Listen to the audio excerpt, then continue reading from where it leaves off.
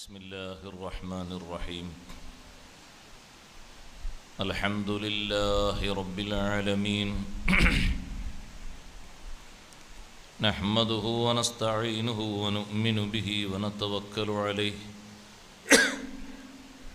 ونعوذ بالله من شرور أنفسنا ومن سيئات أعمالنا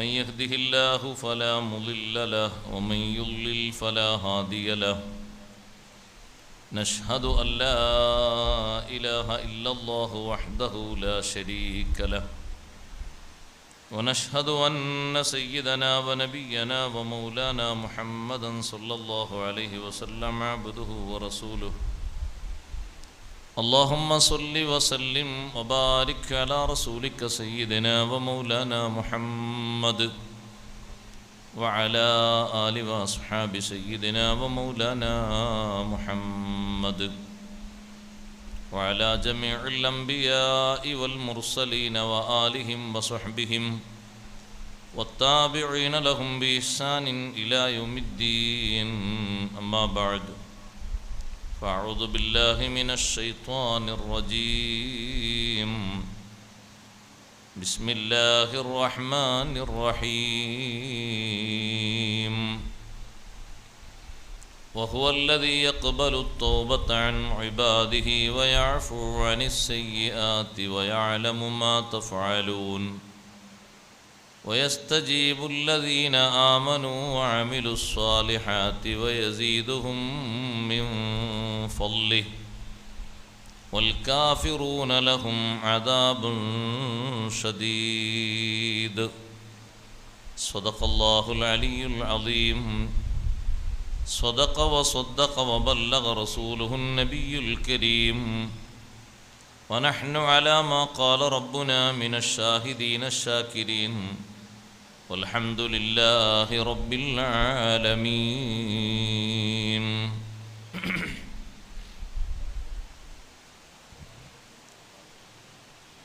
فالتوب مفتاح لكل طاعة وأساس كل الخير أجمع أشملا فإن ابتليت بغفلة أو صحبة في مجلس فتداركن مهرولا يا رب صل على النبي محمد منجي الخلائق من جهنم في غدي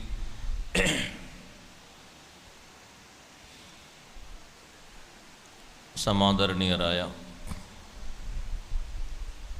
ഉസ്താദുമാരെ, മുതഅല്ലിംകളെ, മാന്യ സഹോദരന്മാരെ, സഹോദരിമാരെ, സുഹൃത്തുക്കളെ, പരിശുദ്ധ റമളാനിലെ 23-ാം രാവ് അവസാനത്തെ 10-ൽ വളരെ പ്രതീക്ഷയോടുകൂടെ അല്ലാഹുവിലേക്ക് പറയാനും ചോദിക്കാനും ലൈലത്തുൽ ഖദ്ർ പ്രതീക്ഷിക്കപ്പെടുന്ന രാവുകളിൽ സാധ്യതയുള്ള രാവായി എണ്ണപ്പെടുന്ന ഒരു രാത്രി എന്ന നിലക്കും വലിയ ബഹുമാനമുള്ള രാത്രിയിലാണ് നാം ഒരുമിച്ച് കൂടിയിരിക്കുന്നത്. വിശുദ്ധ റമളാനിലെ രാത്രിയിലാണ്, എല്ലാ രാത്രിയിലുമാണ് സയ്യിദുനാ റസൂലുള്ളാഹി സ്വല്ലല്ലാഹു അലൈഹി വസല്ലം കൂടുതലായി അമൽ ചെയ്തിരുന്നത്. എല്ലാ രാത്രിയിലും സയ്യിദുനാ ജിബ്രീൽ അലൈഹിസ്സലാത്തു വസ്സലാമിനെ ദർശിക്കുകയും പരിശുദ്ധ ഖുർആനിൻ്റെ മുദാറസ, ഖുർആനിൻ്റെ വലിയ അറിവ് സ്വായത്തമാക്കിയിരുന്നത് വിശുദ്ധ റമളാനിൻ്റെ രാത്രികളിലാണ്. നമ്മൾ ഒരു രാത്രി മാത്രം പ്രതീക്ഷിച്ച് മതിയാക്കേണ്ട ആളുകളല്ല. എല്ലാ രാത്രിയിലും പ്രാർത്ഥിക്കുകയും അള്ളാഹുവിലേക്ക് മനസ്സുകൊണ്ട് അടുക്കുകയും ചെയ്യേണ്ട ആളുകളാണ്. നമ്മുടെ അലസത അതിന് സമ്മതിക്കുന്നില്ലെങ്കിൽ നമ്മൾ ഭാഗ്യദോഷമുള്ള ആളുകളാണ് എന്ന് മനസ്സിലാക്കണം. മടിയന്മാരായി മാറരുത് മുസ്ലിംകൾ. അള്ളാഹുവിൻ്റെ അനുഗ്രഹങ്ങളെപ്പറ്റി ചിന്തിച്ച് കൂടുതൽ ഇബാദത്ത് കൊണ്ട് അടുക്കുന്നവരാകണം. നമ്മൾ നിസ്കരിച്ച നിസ്കാരങ്ങളാണ് വലിയ നിസ്കാരം എന്ന് കരുതരുത്. ചെറിയ നിസ്കാരമാണ്. നാം അനുഷ്ഠിച്ച നോമ്പാണ് വലിയ നോമ്പ് എന്ന് തെറ്റിദ്ധരിക്കരുത്. ചെറിയ നോമ്പാണ്. നമ്മൾ അനുഷ്ഠിക്കുന്ന നോമ്പ് വളരെ ചെറിയ നോമ്പാണ്. ആഴ്ചയിൽ തിങ്കളാഴ്ചയും വ്യാഴാഴ്ചയും ദിനേന സുന്നത്ത് നോമ്പ് അനുഷ്ഠിക്കുന്ന ആളുകളെ പറ്റി ഒന്ന് കൂട്ടി നോക്കൂ. എത്ര നോമ്പുണ്ട്? എല്ലാ മാസവും 3 ദിവസം നോമ്പെടുത്ത് ശീലിച്ചിരുന്ന മഹാനാണ് സയ്യിദുന അബൂ ഹുറൈറ റളിയല്ലാഹു അൻഹു. നമുക്കുണ്ടോ ആ പാരമ്പര്യം? ഒരു റമദാൻ നോമ്പ് നോൽക്കുമ്പോഴേക്ക് നമുക്ക് തോന്നും നമ്മളെവിടെ എത്തിയില്ല. അങ്ങനെ തോന്നിയിട്ട് ആരും ഇരിക്കണ്ട. ഒന്നും ആയിട്ടില്ല. എന്തായത്? ഒന്നും ആയിട്ടില്ല. തോന്നുകയാണ് അങ്ങനെ ഞാൻ എവിടെ എത്തിയിട്ടുണ്ട്. ഒന്നും ആയിട്ടില്ല. ആയും തോന്നുന്നത് വെറുതെ. വിശുദ്ധ റമളാന്റെ എല്ലാ രാത്രിയിലും കൂടുതൽ ഇബാദത്തിന് തൗഫീഖ് ലഭിച്ച ആളുകളുണ്ട്. അവരിലേക്ക് ചേർത്തി നോക്കുമ്പോൾ നമ്മൾ എത്ര കുറഞ്ഞ അമലുള്ളവരാണ്. എല്ലാ രാത്രിയിലും ഇബാദത്തിൽ മുഴുകിയിരുന്ന ആളുകളെ സംബന്ധിച്ച് ചിന്തിച്ചു നോക്കുമ്പോൾ നമ്മുടെ ജീവിതത്തിലെ എത്രയോ വർഷങ്ങൾ കഴിഞ്ഞു തുടങ്ങി. പക്ഷേ നമ്മളിപ്പോഴും സജീവമായിട്ടില്ല. 40 വർഷം നീണ്ട ഇബാദത്ത് രാത്രികാലത്ത് നിർവഹിച്ച് ഉറക്കം ഒഴിവാക്കിയിരുന്ന മഹാന്മാർ എത്രയുണ്ട്?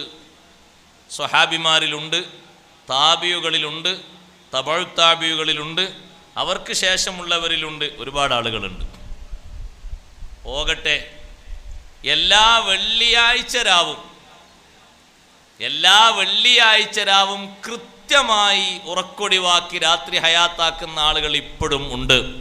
നമ്മൾ ആ ലിസ്റ്റിലുണ്ടോ? ഇല്ല. റമളാനു ഷരീഫിലെ അവസാനത്തെ 10 രാത്രി മുഴുവനും ഹയാത്താക്കുന്ന ആളുകളുണ്ട്. നമ്മൾ ആ ലിസ്റ്റിലുണ്ടോ? ഇല്ല. ഒരു രാത്രി പ്രതീക്ഷിക്കുമ്പോഴേക്ക് എല്ലാം ആയി എന്ന് തോന്നരുത്. ആയിട്ടില്ല. ഈ രാത്രിയാണ് ഭാഗ്യം എങ്കിൽ നമ്മൾ ഭാഗ്യവാന്മാരായി എന്നേ ഉള്ളൂ. അടുത്ത രാത്രിയിലും പ്രതീക്ഷിക്കണം. ഒറ്റയിട്ട രാവ് വരുന്നു, 25-ാം രാവ്. പിന്നെയും വരുന്നു 27-ാം രാവ്. പിന്നെയും വരുന്നു 29-ാം രാവ്. ഏതെങ്കിലും ഒന്നിൽ അള്ളാഹുവിൻ്റെ അനുഗ്രഹങ്ങൾക്ക് നമ്മൾ അർഹരായി തീർന്നാൽ, മലക്കുകൾ വന്ന് മുസാഫഹത്ത് ചെയ്യുന്ന മുഅ്മിനീങ്ങളെ കൂട്ടത്തിൽ ഉൾപ്പെടാൻ കഴിഞ്ഞാൽ നമ്മൾ ഭാഗ്യവാന്മാരായി. അള്ളാഹു തൗഫീഖ് തരട്ടെ. അതിന് നല്ല പ്രതീക്ഷയോടുകൂടെ, നല്ല റാഹത്തോടുകൂടെ അമലുകളുമായി കർമ്മനിരതരായി ഒറ്റയിട്ട രാവുകളിലൊക്കെ നമ്മൾ സജീവമാക്കണം. അവസാന 10-ലെ ഒറ്റയിട്ട രാവ് 21-ാം രാവ് കഴിഞ്ഞു. ഇത് 23-ാം രാവാണ്. ലൈലത്തുൽ ഖദർ കൊണ്ട് അനുഗ്രഹീതരാകുന്ന ആണ് പെണ്ണ് വലിയ അനുഗ്രഹമുള്ള ആളാണ്. ലൈലത്തുൽ ഖദറിലെ അമല് മാത്രം മതി ഒരു മനുഷ്യൻ്റെ ജീവിതത്തിൽ വലിയ അമലുകളായി രേഖപ്പെടുത്താൻ. ഒരൊറ്റ രാത്രി ചെയ്യുന്ന അമലുകൾക്ക് മൂല്യം കണക്കാക്കപ്പെടുന്നത് ഏറ്റവും ചുരുങ്ങിയത് 84 വർഷത്തെ അമലാണ്. പക്ഷേ അത് ലഭിക്കാൻ അർഹതയുള്ള ആളുകളായി നമ്മൾ ഓരോരുത്തരും മാറണം. അല്ലാഹു തആല തൗഫീഖ് തരട്ടെ. അതിന് പറ്റുന്ന ആളുകളായിട്ട് അള്ളാഹുവിലേക്ക് മനസ്സുകൊണ്ടും ശരീരം കൊണ്ടും അടുക്കുന്ന ആളുകളാകണം. പ്രധാനമായും പറഞ്ഞാൽ അള്ളാഹുവിനോട് നന്ദിബോധമുള്ള ആളുകളെ കൂട്ടത്തിൽ നമ്മൾ ഉൾപ്പെടണം. നന്ദിബോധം ആളുകൾക്ക് കുറഞ്ഞു വരികയാണ്. സൗകര്യം കൂടുന്തോറും ആളുകൾക്ക് നന്ദി കുറയാണ്, അല്ലേ? ആണ്. എല്ലാ വീടുകളിലും വൈദ്യുതിയുടെ സൗകര്യങ്ങൾ എത്തിക്കഴിഞ്ഞു. കരണ്ടില്ലാത്ത വീട് കുറവല്ലേ? കുറവാണ്. പക്ഷേ പഴയ കാലത്ത് വിളക്ക് കത്തിച്ച് വെച്ച് ഖുർആൻ ഖത്മ് തീർത്തിരുന്ന എണ്ണം ഇപ്പോൾ ആ വീടുകളിലില്ല. എൻ്റെ ശബ്ദം ശ്രവിക്കുന്ന സഹോദരിമാരെ, നമ്മൾ മെഷീനുകൾക്ക് നടുവിലാണ്. വെള്ളം മുകളിലേക്കെത്താൻ ഒരു മെഷീൻ, ആ വെള്ളത്തിൽ തന്നെ തുണിയെല്ലാം കൊണ്ടുപോയിട്ട് ഒന്ന് ക്ലീനാക്കാൻ വേറൊരു മെഷീൻ. പഴയ കാലത്ത് ഇരുന്ന് തേങ്ങ എടുത്ത് ചുരണ്ടി റെഡിയാക്കി അത് പിന്നെ വേറെ ഒരു കല്ലിലേക്ക് വെച്ച് ഒരു കല്ല് അതിൻ്റെ മുകളിലെടുത്ത് വെച്ച് ഉരുട്ടി റെഡിയാക്കി ഒന്ന് ചതച്ചരക്കാൻ എന്തൊരു പണിയാണ്.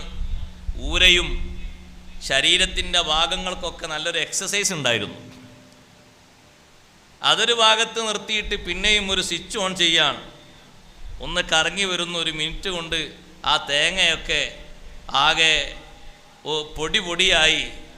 ഇനി അത് ബാക്കിയുള്ളതിന് ഉപയോഗിക്കാൻ പറ്റുന്ന പരുവത്തിൽ ചതഞ്ഞരഞ്ഞു. എല്ലാം മെഷീനുകളുടെ സൗകര്യമാണ്. എത്ര സൗകര്യം അല്ലാഹു തന്നു, സമയങ്ങൾക്ക് എത്ര ലാഭം തന്നു. പക്ഷേ പഴമക്കാർ ഉപയോഗിക്കുന്ന അമലുകളുടെ കാൽഭാഗത്തിലൊന്നുണ്ടോ? ഇല്ല, കുറവാണ്. ഇനിയും സൗകര്യങ്ങൾ പറയാം.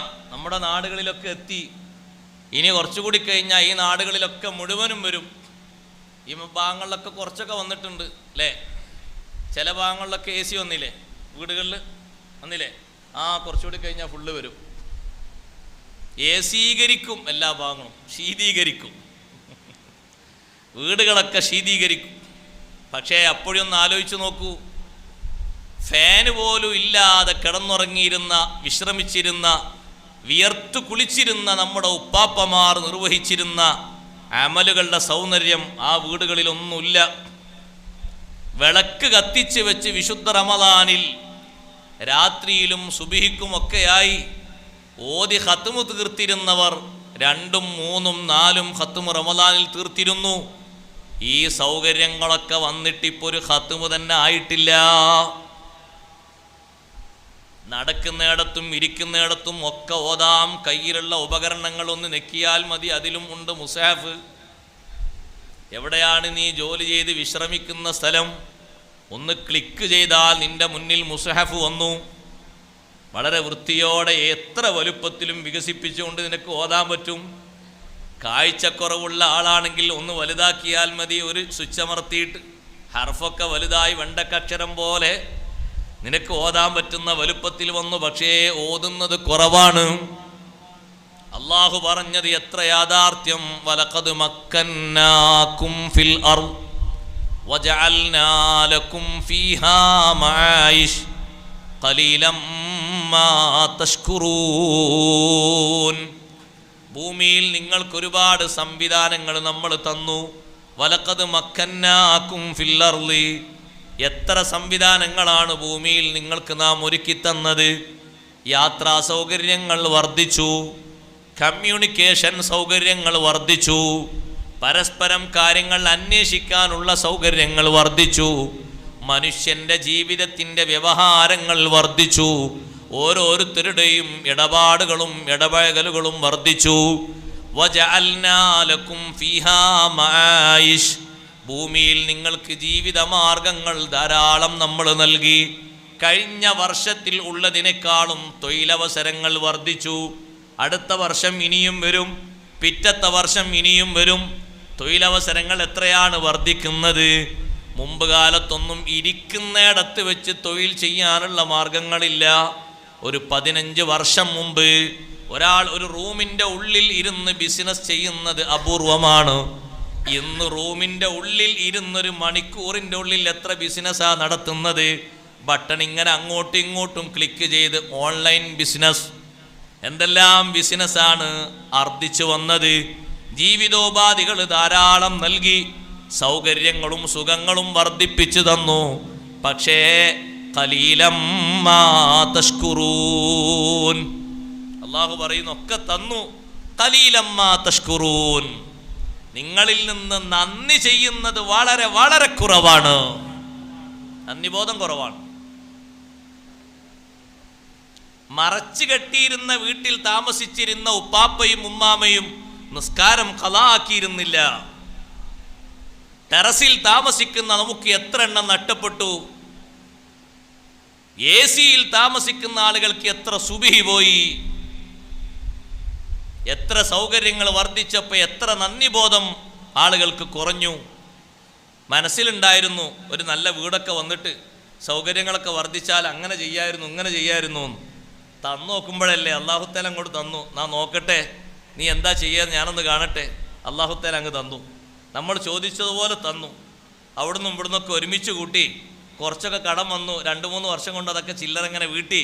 സൗകര്യങ്ങളൊക്കെ ആയപ്പോൾ പടച്ചോനെ മറന്നു. സൗകര്യങ്ങളൊക്കെ കയ്യിലൊതുങ്ങിയപ്പോൾ പടച്ചോനെ മറന്നു, അള്ളാഹുവിനെ മറന്നു.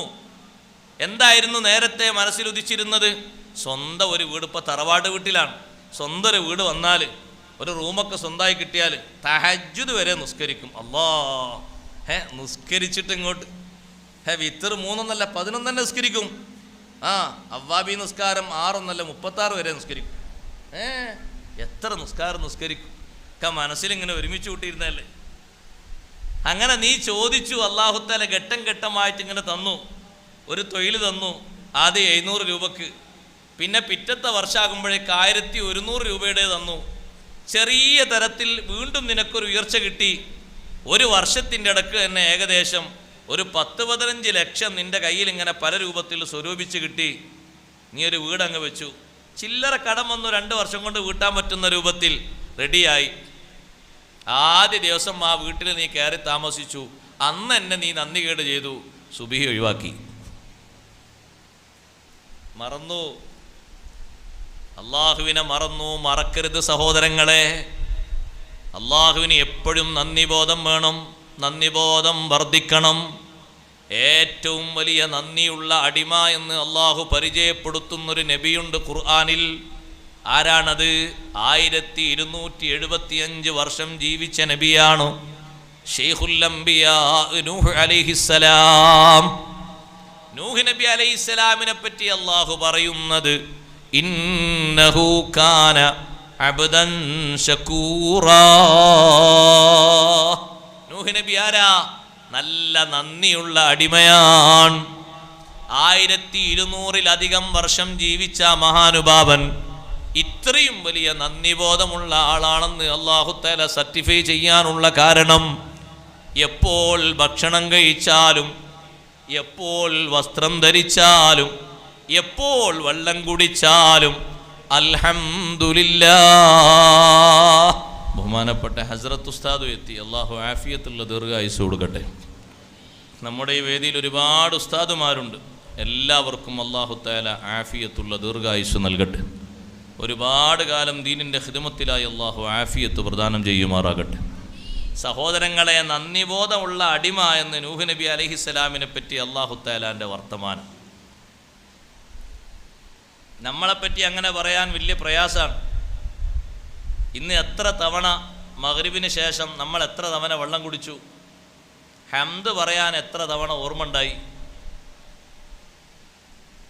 നമ്മളൊന്ന് വിലയിരുത്തി നോക്കി.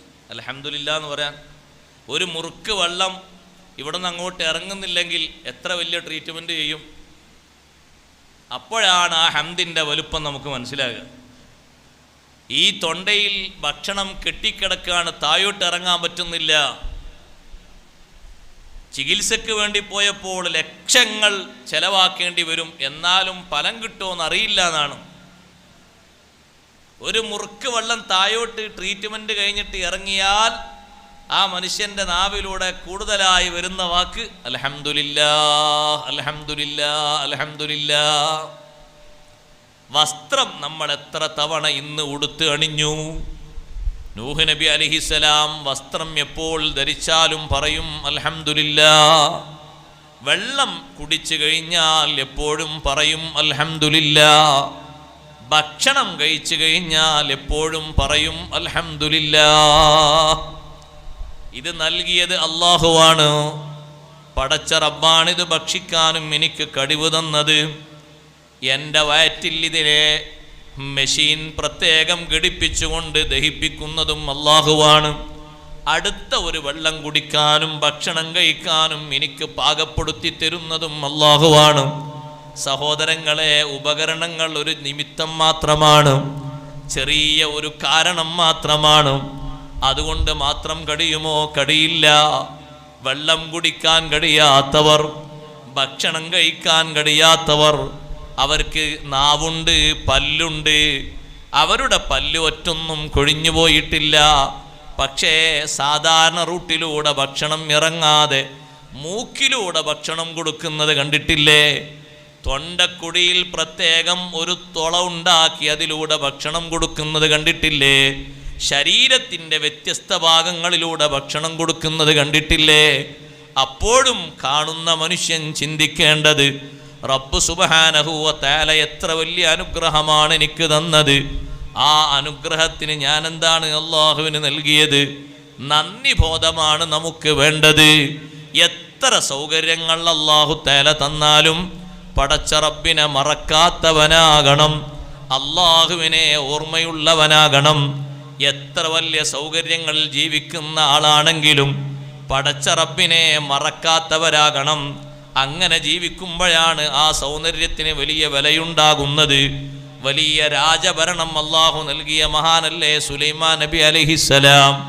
സുലൈമാൻ നബി അലൈഹിസ്സലാമിന് അനുഗ്രഹങ്ങൾ ഏറി കിട്ടുമ്പോൾ മഹാനവർകൾ പറയുന്ന വാക്ക് ഹാദാ മിൻ ഫദ്ലി റബ്ബി. എൻ്റെ ഒരു കഴിവ് എന്ന ഒരു വർത്തമാനം സുലൈമാൻ നബി അലൈഹിസ്സലാം പറയുന്നില്ല. എൻ്റെ ശിഷ്യൻ്റെ കഴിവാണ് എന്ന് പറയുന്നില്ല. എൻ്റെ ശിഷ്യനെ കൊണ്ട് കിട്ടിയ കാര്യമാണെന്ന് പറയുന്നില്ല. ഹാദാ മിൻ ഫദ്ലി റബ്ബി, എൻ്റെ റബ്ബ് എനിക്ക് തന്ന ഔദാര്യമാണ്.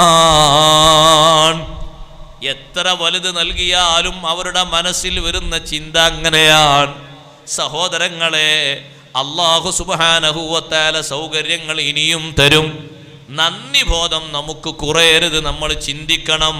വിശുദ്ധ റമദാനിൽ അല്ലാഹുവിലേക്ക് മനസ്സ് തിരിച്ച് ഖേദത്തോടുകൂടെ നമ്മുടെ പാപക്കറകളൊക്കെ കഴുകിക്കളയാൻ വേണ്ടി ഒരുമിച്ച് കൂടി നിൽക്കുന്ന ആളുകളല്ലേ നമ്മൾ? ഒന്ന് ആലോചിച്ചു നോക്കൂ. അല്ലാഹുവിൻ്റെ റഹ്മത്തിൻ്റെ വിശാലത. ഒരു ചെറിയ തെറ്റിന് ശിക്ഷിക്കാൻ വലിയ സൗകര്യങ്ങളും സംവിധാനങ്ങളും റബ്ബിൻ്റെ അടുക്കലുണ്ട്. പക്ഷേ അല്ലാഹു സുബ്ഹാനഹു വ തആല ഗഫൂറാണ്, പാപങ്ങൾ കൂടുതൽ പൊറുക്കുന്നവനും വിശാലമായി കരുണ ചെയ്യുന്നവനുമാണ് അല്ലാഹു തആല. ശിക്ഷിക്കാൻ കഴിവില്ലാത്തത് കൊണ്ടല്ല, ശിക്ഷിക്കാൻ അർഹതയുള്ള ആളുകളെ ശിക്ഷ കൊടുക്കാതെ അല്ലാഹു നീക്കി കൊണ്ടുപോകുന്നത് അവസരങ്ങളില്ലാഞ്ഞിട്ടല്ല, അള്ളാഹിൻ്റെ റഹ്മത്താണ്. ഏത് പരാക്രമിയെയും നോക്ക് നിങ്ങൾ, പെട്ടെന്ന് അല്ലാഹു തആല ശിക്ഷിച്ചിട്ടില്ല, നശിപ്പിച്ചിട്ടില്ല.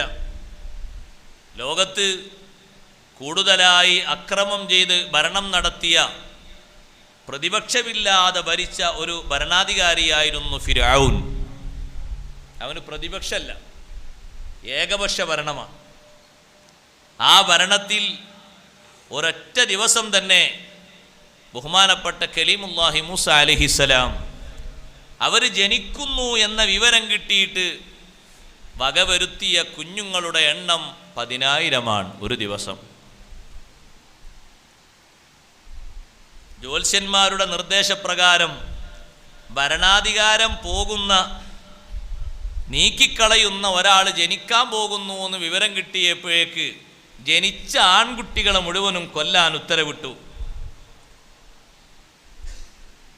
ആ കൊല്ലാൻ ഉത്തരവിട്ട ആ ക്രൂരത കൊണ്ട് അക്കൊല്ലം തന്നെ ഫിർഔനെ അല്ലാഹു വകവരുത്തിയോ? ഇല്ല. പിറ്റത്തെ കൊല്ലം അല്ലാഹു തആല അവനെ കൊന്നുകളഞ്ഞോ? ഇല്ല. പിന്നെയും എത്ര കൊല്ലം അവൻ ജീവിച്ചു?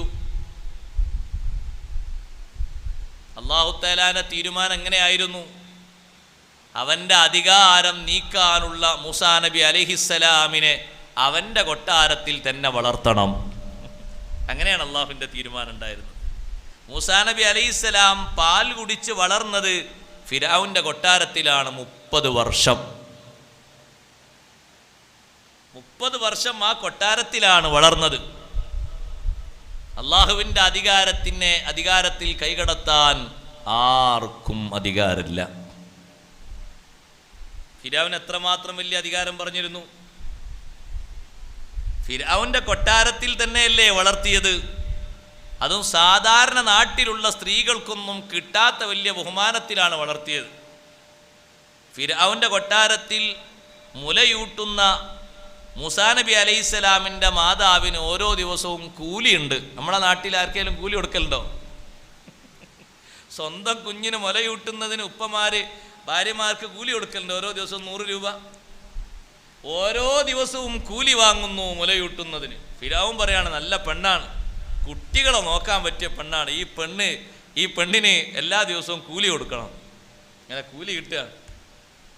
അല്ലാഹു തആല മൂസാ നബി അലൈഹിസ്സലാമിൻ്റെ ഉമ്മയിലേക്ക് ആ കുട്ടിയെ മൂസാ നബി അലൈഹിസ്സലാമിനെ മടക്കിക്കൊടുത്ത് സന്തോഷപൂർവ്വം കൊട്ടാരത്തിൽ അവർ താമസിച്ച് 30 കൊല്ലം ഈ അക്രമം ചെയ്തിട്ടും 30 കൊല്ലം ഫിർഔനെ അല്ലാഹു തആല അവിടെ പോറ്റി വളർത്തിയില്ലേ? വളർത്തി. പിന്നെയും കുറെ കാലം നിന്നില്ലേ? 10 വർഷം മൂസാ നബി അലൈഹിസ്സലാം മദിയനിൽ താമസിച്ച് തിരിച്ചു വന്നു. ഞാൻ അള്ളാഹുവിൻ്റെ റസൂലാണ്, ബനി ഇസ്രായേൽകാരൊക്കെ എൻ്റെ കൂടെ വിട്ടുതരണം. ബനു ഇസ്രായേൽ ഇന്ന് കേൾക്കുന്ന ഇസ്രായേൽ അല്ല. ബനു ഇസ്രായേൽ എന്ന് പറഞ്ഞാൽ യാക്കൂബ് നബി അലൈഹിസ്സലാമിൻ്റെ സന്താന പരമ്പരകൾക്ക് പറയുന്ന പേരാണ് ബനു ഇസ്രായേൽ. ഇസ്രായേൽ എന്നത് യാക്കൂബ് നബി അലൈഹിസ്സലാമിൻ്റെ പേരാണ്. ഇസ്രായേൽ എന്ന വാക്കിൻ്റെ അർത്ഥം ഇസ്ർ എന്ന് പറഞ്ഞാൽ അബ്ദ് എന്നാണ്. ഈൽ എന്ന് പറഞ്ഞാൽ അല്ലാഹു എന്ന വാക്കിൻ്റെ മറ്റൊരു പ്രയോഗമാണ്. അപ്പം ഇസ്രായേൽ എന്ന വാക്കിൻ്റെ അർത്ഥം അബ്ദുല്ലാഹ്, അള്ളാഹുവിൻ്റെ അടിമ എന്നാണ്. അത് യാക്കൂബ് നബി അലൈഹിസ്സലാമിൻ്റെ പേരാണ്. ഇസ്രായേൽ നബി എന്ന് ഖുർആൻ പരിചയപ്പെടുത്തുന്നുണ്ട് സൂറത്തു മറിയമിൽ.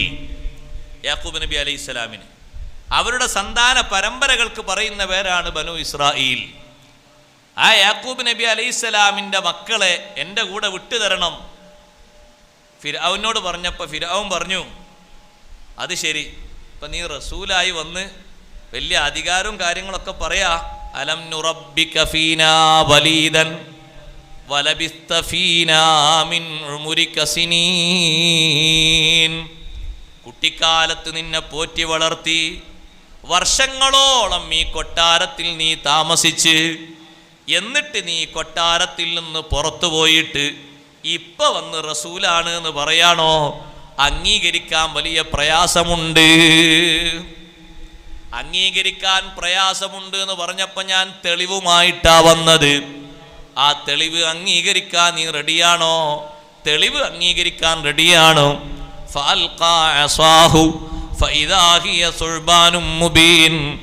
കയ്യിലുള്ള വടി നിലത്തിട്ടപ്പോൾ അത് വലിയൊരു വിഷസർപ്പമായി ഇങ്ങനെ എഴുന്നേറ്റ് നിന്നു.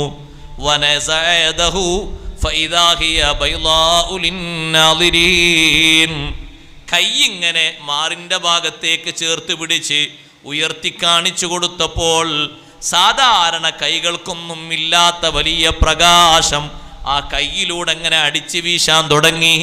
ഇത് രണ്ടും കണ്ടപ്പോൾ ഫിർഔൻ പറഞ്ഞു, ഇന്ന ഹാദാ ലസാഹിറുൻ അലീം, ഇയാൾ നല്ല പഠിച്ച സിഹിറുകാരനാണ്, സിഹിർ കൊണ്ട് നമ്മളെ കീഴ്പ്പെടുത്താൻ വേണ്ടി വന്നതാണ്. നീ നിന്റെ സിഹിറിൽ മത്സരിക്കാൻ എൻ്റെ സിഹിറുകാരോട് നീ ഒരുക്കമാണോ? സിഹിറുകാരെ ഒരുമിച്ച് കൂട്ടി. പക്ഷേ ബുദ്ധിമാന്മാരായ സിഹിറുകാർ മുഴുവനും മൂസാ നബി അലൈഹിസ്സലാമിലും അള്ളാഹുവിലും വിശ്വസിച്ചു. 4000-ലധികം വരുന്ന സാഹിരീങ്ങൾ മൂസാ നബി അലൈഹിസ്സലാമിൻ്റെ മുഅ്ജിസത്ത് കണ്ട് വിശ്വസിച്ചപ്പോ അവരൊക്കെ പറഞ്ഞു, ആമന്നാ ബി റബ്ബിൽ ആലമീൻ റബ്ബി മൂസാ വഹാറൂൻ. ഫിർഔൻ പറഞ്ഞു, ഞാൻ നിങ്ങൾക്ക് ശമ്പളം കൂലിയൊക്കെ തന്ന് നിർത്തിയിട്ട് ഇപ്പൊ നിങ്ങൾ മൂസാ നബി അലൈഹിസ്സലാമിൻ്റെ പക്ഷത്ത് ചേർന്നോ? നിങ്ങളെ കൈയും കാലും വെട്ടിമുറിക്കും. നിങ്ങളെ കുരിശിൽ തറക്കും, നിങ്ങളെ കൊന്നുകളയും, പോരാ എന്നിട്ട് ചുട്ട് കരിക്കും, പലതും പറഞ്ഞു. പക്ഷേ വിശ്വാസം ഉള്ളിൽ തറുവായ ആ മഹാന്മാര് പറഞ്ഞു, നീ തോന്നുന്നതൊക്കെ ചെയ്ത ഞങ്ങൾക്കൊരു പ്രശ്നമില്ല, ലാ ലൈർ, ഒരു പ്രശ്നവുമില്ല, ഇന്നാ ഇലാ റബ്ബിനാ മുൻഖലിബൂൻ, ഞങ്ങൾ അള്ളാഹുവിലേക്ക് മടങ്ങിപ്പോകാനുള്ളവരല്ലേ. കൊല്ലുകയാണെങ്കിൽ നീ കൊന്നോ, കരിക്കുകയാണെങ്കിൽ നീ കരിച്ചോ, വെട്ടിമുറിക്കുകയാണെങ്കിൽ വെട്ടിമുറിച്ചോ. അക്രമങ്ങൾ തുടർന്നു.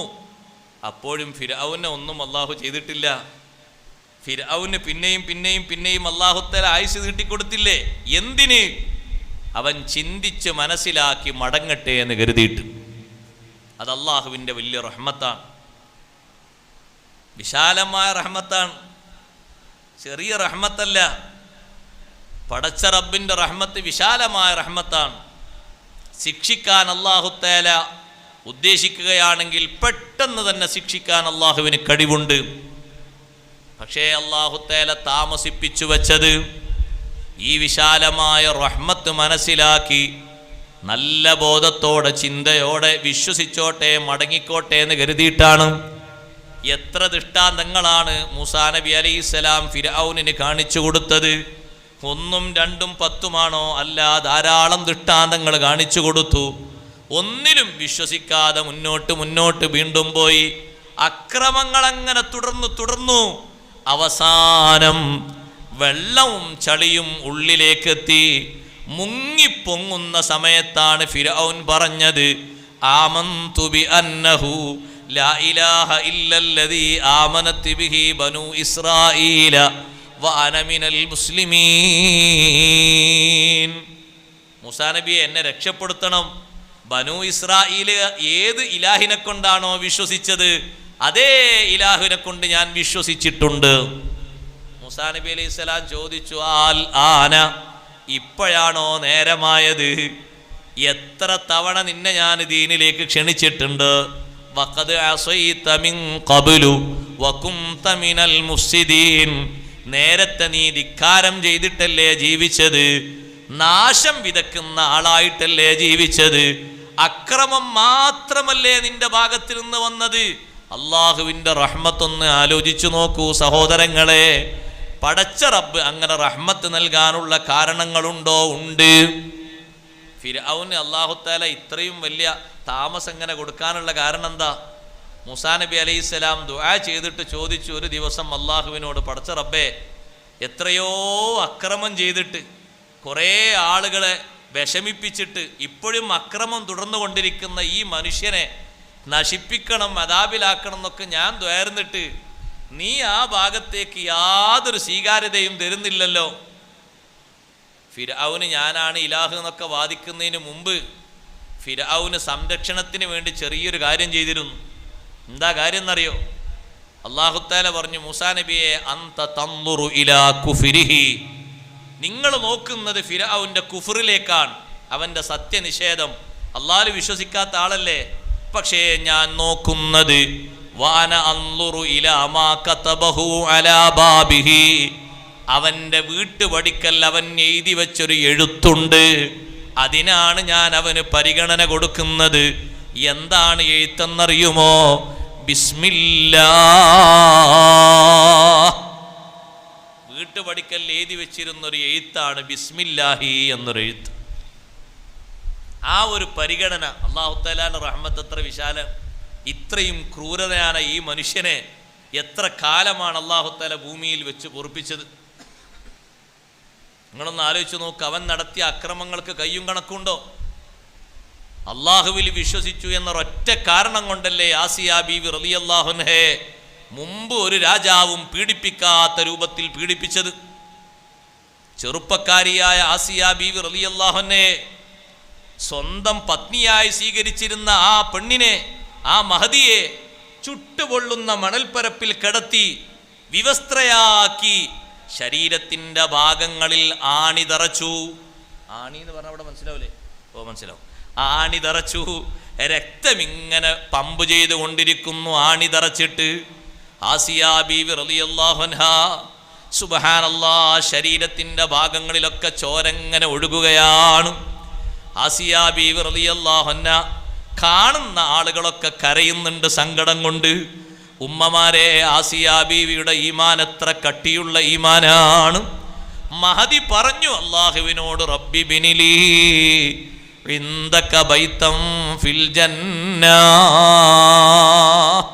റബ്ബേ നിന്റെ അടുക്കൽ സ്വർഗത്തിൽ എനിക്ക് നീ ഒരു വീട് നിർമ്മിച്ചു തരണം. ഇവിടെ ഞാൻ താമസിച്ചത് കൊട്ടാരത്തിലാണ്. അപ്പോഴും ഞാൻ നിന്റെ വിശ്വാസം കളഞ്ഞിട്ടില്ല. സ്വന്തമായി എനിക്ക് കുളിക്കേണ്ടതില്ല, അലക്കേണ്ടതില്ല, ഭക്ഷണം പാചകം ചെയ്യേണ്ടതില്ല, സ്വന്തമായി ചെയ്യേണ്ട ഒരു കാര്യവും ഞാൻ സ്വന്തം ചെയ്യേണ്ടതില്ല. എല്ലാറ്റിനും എനിക്ക് തോഴിമാരുണ്ട്, എനിക്ക് സേവകന്മാരുണ്ട്, സഹായികളുണ്ട്. ഇത്രയും സുഖലോലുപതയിൽ ജീവിച്ചിട്ടും നിന്നെക്കുറിച്ചുള്ള ഈമാൻ എൻ്റെ മനസ്സിൽ നിന്ന് ലവലേശം തെന്നി മാറിയിട്ടില്ല. അതുകൊണ്ട് ഞാനിപ്പോ പീഡനം അനുഭവിക്കുന്നത്, മർദ്ദനം ഏൽക്കുന്നത് നിന്റെ ഒരൊറ്റ കാര്യത്തിലാണ് അല്ലാ. അതുകൊണ്ട് റബ്ബി ബിനിലി ഇൻദക ബൈതം ഫിൽ ജന്ന,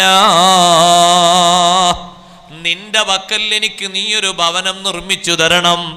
ആസിയ ബീവി റളിയല്ലാഹു അൻഹ ദ്വാരക്കുന്ന നേരത്ത് ഖുർആൻ പണ്ഡിതന്മാര് വിശദീകരിക്കുന്നു, ആസിയ ബീവി റളിയല്ലാഹു അൻഹ ഈ വാചകം ചൊല്ലിയ ഉടനെ മഹദി ചിരിക്കാൻ തുടങ്ങി.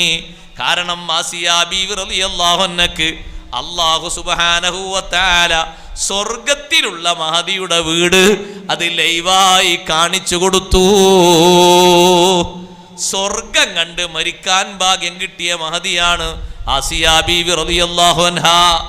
മഹദി വേദനകളൊക്കെ മറന്നുപോയി. സ്വർഗം കണ്ടാൽ പിന്നെന്ത് വേദനയാണ്, പിന്നെന്ത് ചോരയാണ്, എന്ത് ശിക്ഷയാണ്. സ്വർഗം കണ്ടപ്പോഴേക്ക് ആസിയ റളിയല്ലാഹു അൻഹ ചിരിച്ചപ്പോ ഫിർഔൻ പറഞ്ഞു, ഈ പെണ്ണിന് ഭ്രാന്താണെന്ന് തോന്നുന്നുണ്ട്. ഇത്ര ശിക്ഷ ഞാൻ കൊടുത്തിട്ടും ഈ പെണ്ണ് ചിരിക്കുകയാണല്ലോ. അതുകൊണ്ട് ശിക്ഷക്ക് കടുപ്പം കൂട്ടണം. ഒരു പാറക്കല്ല് ഉരുട്ടിക്കൊണ്ടുവരൂ, ഈ പെണ്ണിന്റെ ശരീരത്തിൽ കയറ്റി വെച്ച് വീണ്ടും ശിക്ഷാമുറ ശക്തിയാക്കണം. ഫിർഔന് രണ്ടാമതും അങ്ങനെ ആക്രോശിച്ചപ്പോ സ്വർഗം കണ്ട് സന്തോഷിച്ച മഹദി ആസിയ ബീവി റളിയല്ലാഹു അൻഹ ഈമാൻ നല്ല കരുത്തോടെ സ്വീകരിച്ച മഹദിയാണ്. ഉമ്മമാരെ, ആ ആസിയ ബീവി റളിയല്ലാഹു അൻഹയുടെ ഒരു മംഗലം, ഒരു കല്യാണം സ്വർഗത്തിൽ നടക്കാനുണ്ട്. അതിൽ സംബന്ധിക്കാൻ അല്ലാഹു ഭാഗ്യം തരട്ടെ.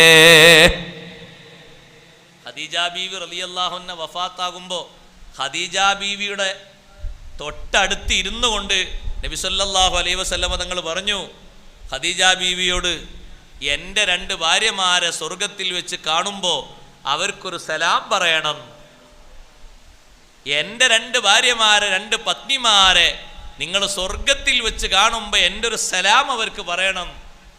അപ്പൊ ഖദീജ റളിയല്ലാഹു അൻഹ ചോദിച്ചു, നബിയെ എൻ്റെ മുമ്പ് തങ്ങൾ വേറെ വിവാഹം കഴിച്ചിട്ടുണ്ടോന്ന്? നബി സല്ലല്ലാഹു അലൈഹി വസല്ലമ തങ്ങൾ പറഞ്ഞു, വിവാഹം ചെയ്തിട്ടില്ല, പക്ഷേ ഇത് പ്രപ്പോസ്ഡാണ്, നിശ്ചയിച്ച് തീരുമാനമായതാണ്, സ്വർഗത്തിലെത്തിയിട്ട് വിവാഹം നടക്കാനുള്ളതാണ്, അല്ലാഹു സുബ്ഹാനഹു വ തആല നിശ്ചയിച്ച് ഉറപ്പിച്ചു തന്നതാണ്. അങ്ങനെ എൻ്റെ രണ്ട് ഭാര്യമാരെ നിങ്ങൾ അവിടെ വെച്ച് കാണുമ്പോൾ എൻ്റെ ഒരു സലാം അവർക്ക് പറയണം. ആരാണെന്ന് ചോദിച്ചു ഖദീജ റളിയല്ലാഹു അൻഹ. നബി സല്ലല്ലാഹു അലൈഹി വസല്ലമ തങ്ങൾ മറുപടി കൊടുത്തു, ആസിയ ബീവി റളിയല്ലാഹു അൻഹയും മറിയം ബീവി റളിയല്ലാഹു അൻഹയുമാണ്.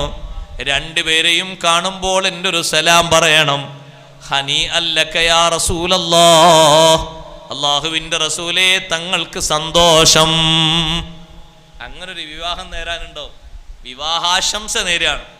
വഫാത്തിൻ്റെ തൊട്ടു മുമ്പ് ഖദീജ റളിയല്ലാഹു അൻഹ നാളെ സ്വർഗത്തിലെത്തിയിട്ട് ഇത്രയും ഈമാൻ കരുത്തോടെ കാത്തു സൂക്ഷിച്ച ആ ആസിയ ബീവി റളിയല്ലാഹു അൻഹയെ ഈമാനിൽ ഏറ്റവും പരീക്ഷണം അനുഭവിച്ച നേതാവ് സയ്യിദുനാ റസൂലുള്ളാഹി.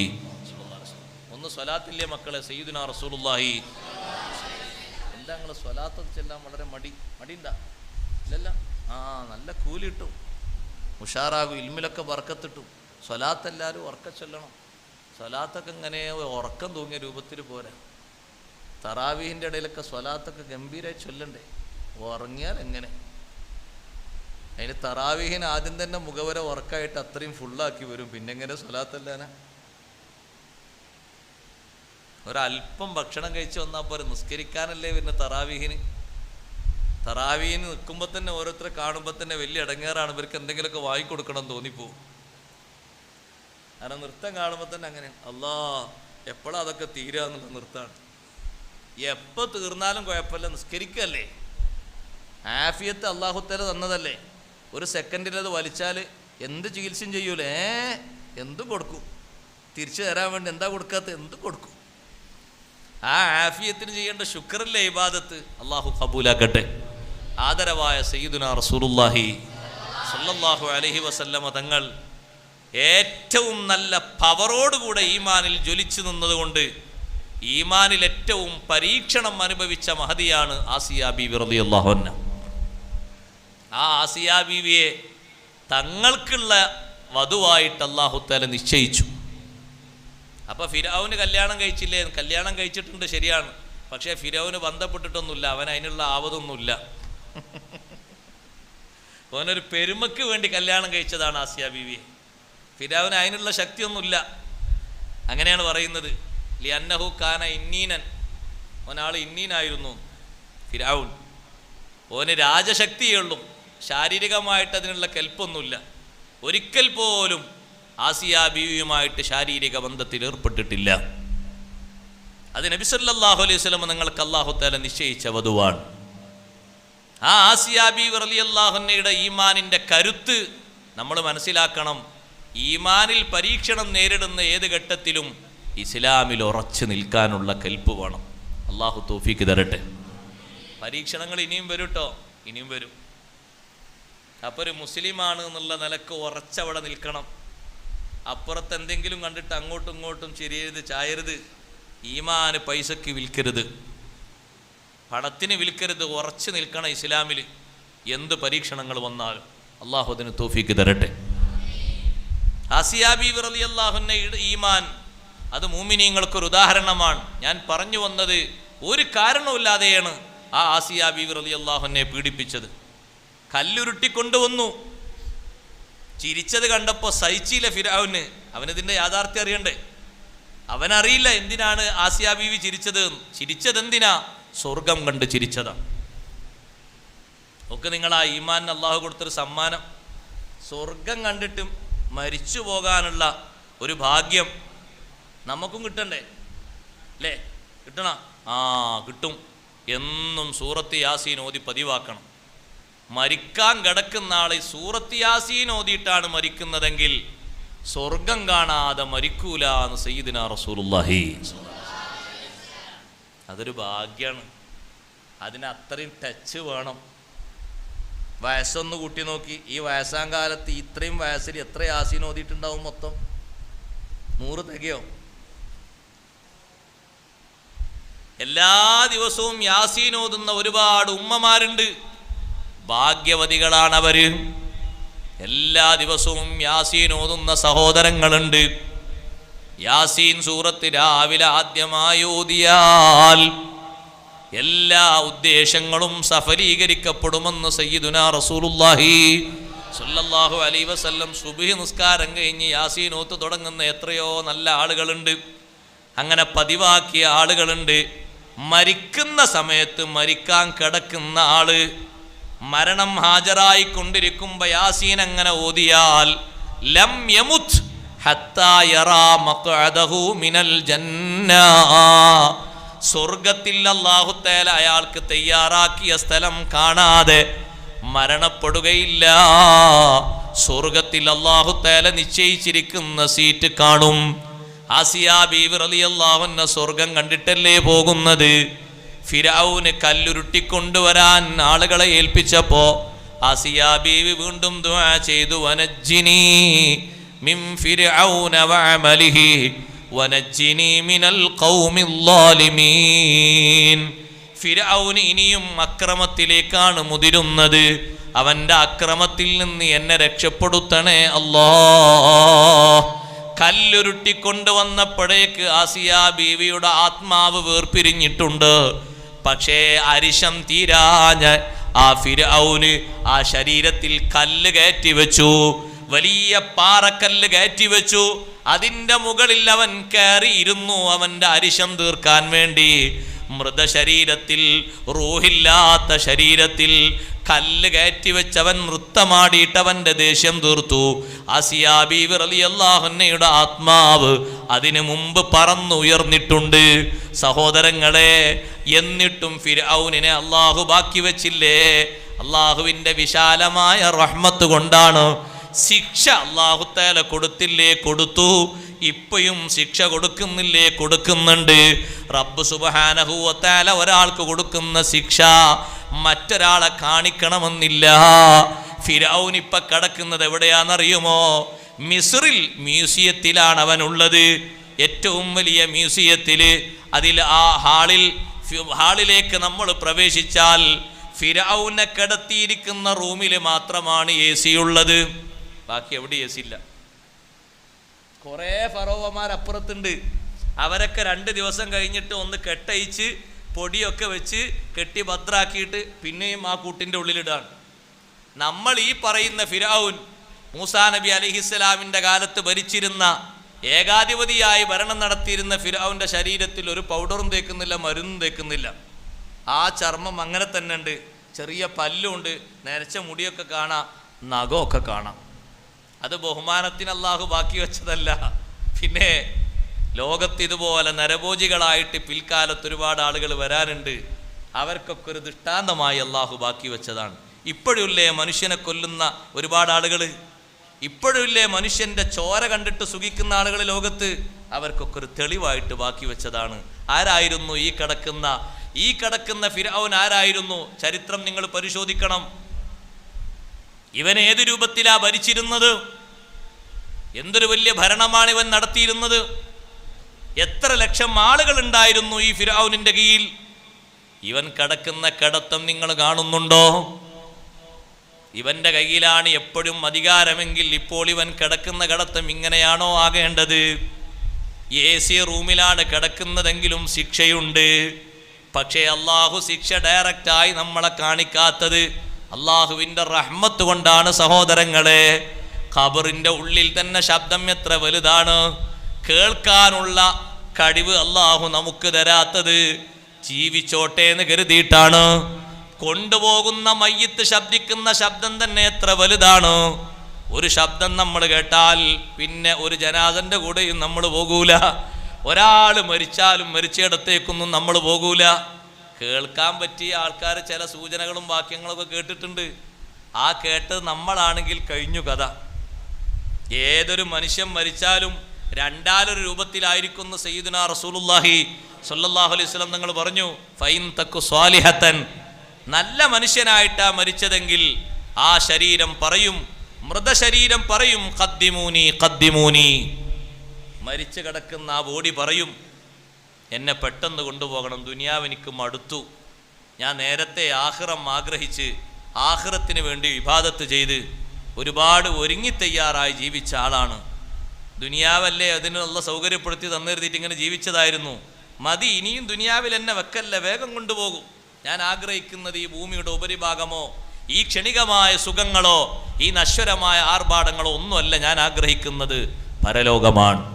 വേഗം കൊണ്ടുപോകണം, പെട്ടെന്ന് കൊണ്ടുപോകണം. അവിടെയാണ് എനിക്കൊരുപാട് കാണാനുള്ളത്, സുഖിക്കാനുള്ളത്. ഇവിടെ അല്ല. ഇതൊക്കെ നശിക്കുന്നതല്ലേ, ഇന്നല്ലെങ്കിൽ നാളെ കഴിഞ്ഞില്ലേ, രൂപങ്ങളൊക്കെ മാറി മാറി വരുന്നത് കണ്ടില്ലേ.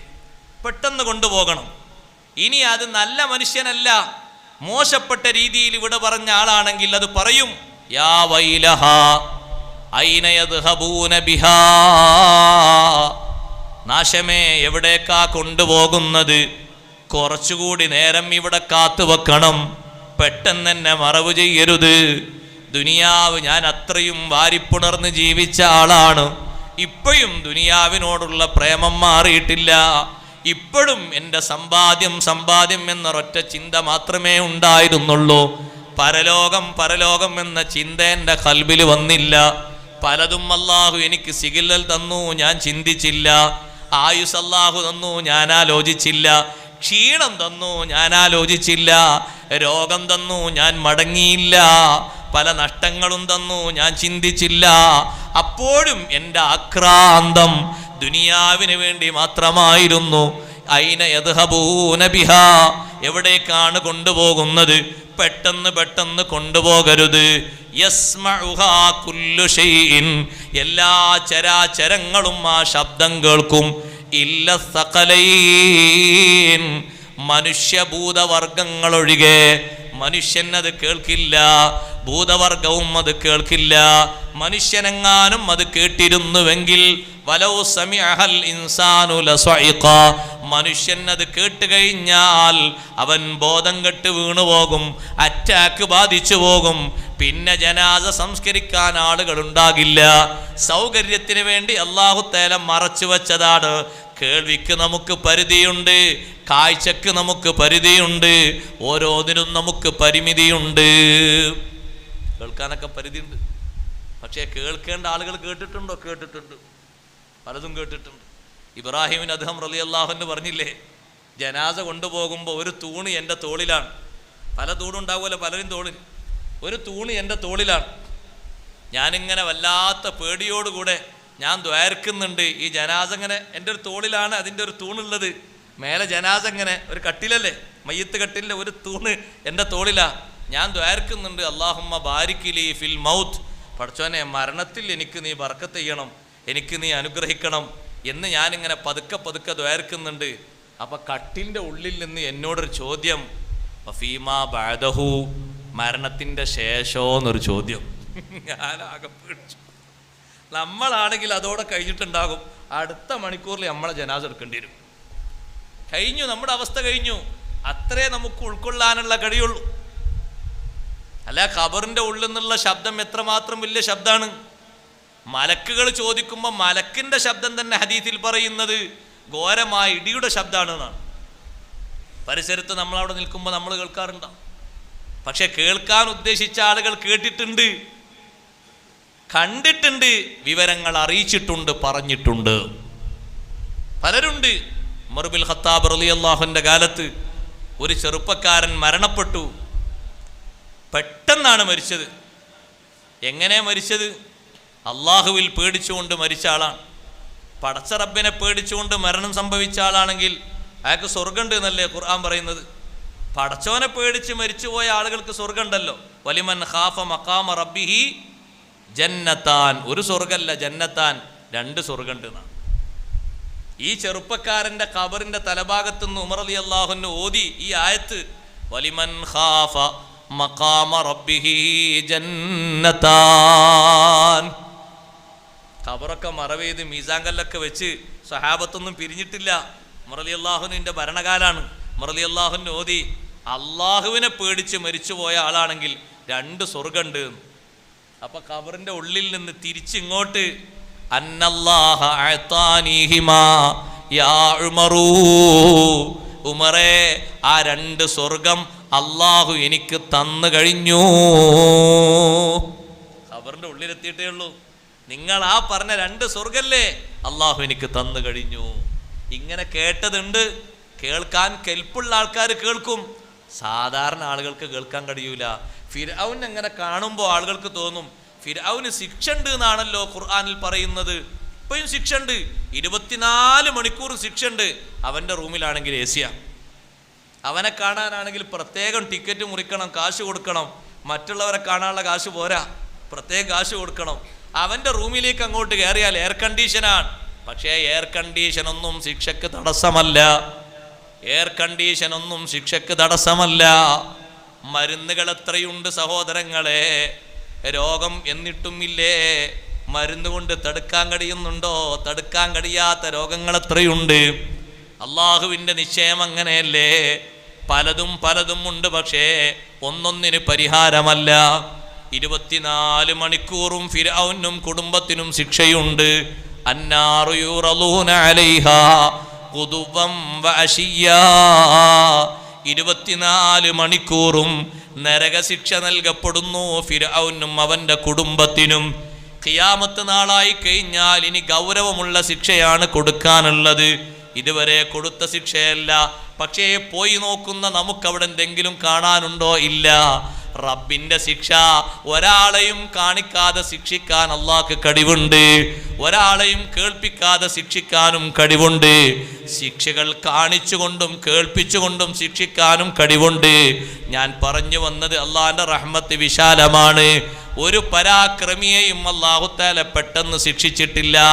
ശിക്ഷിക്കാൻ കഴിവില്ലാത്തത് കൊണ്ടല്ല, അത് അള്ളാഹുവിന്റെ റഹ്മത്താണ്.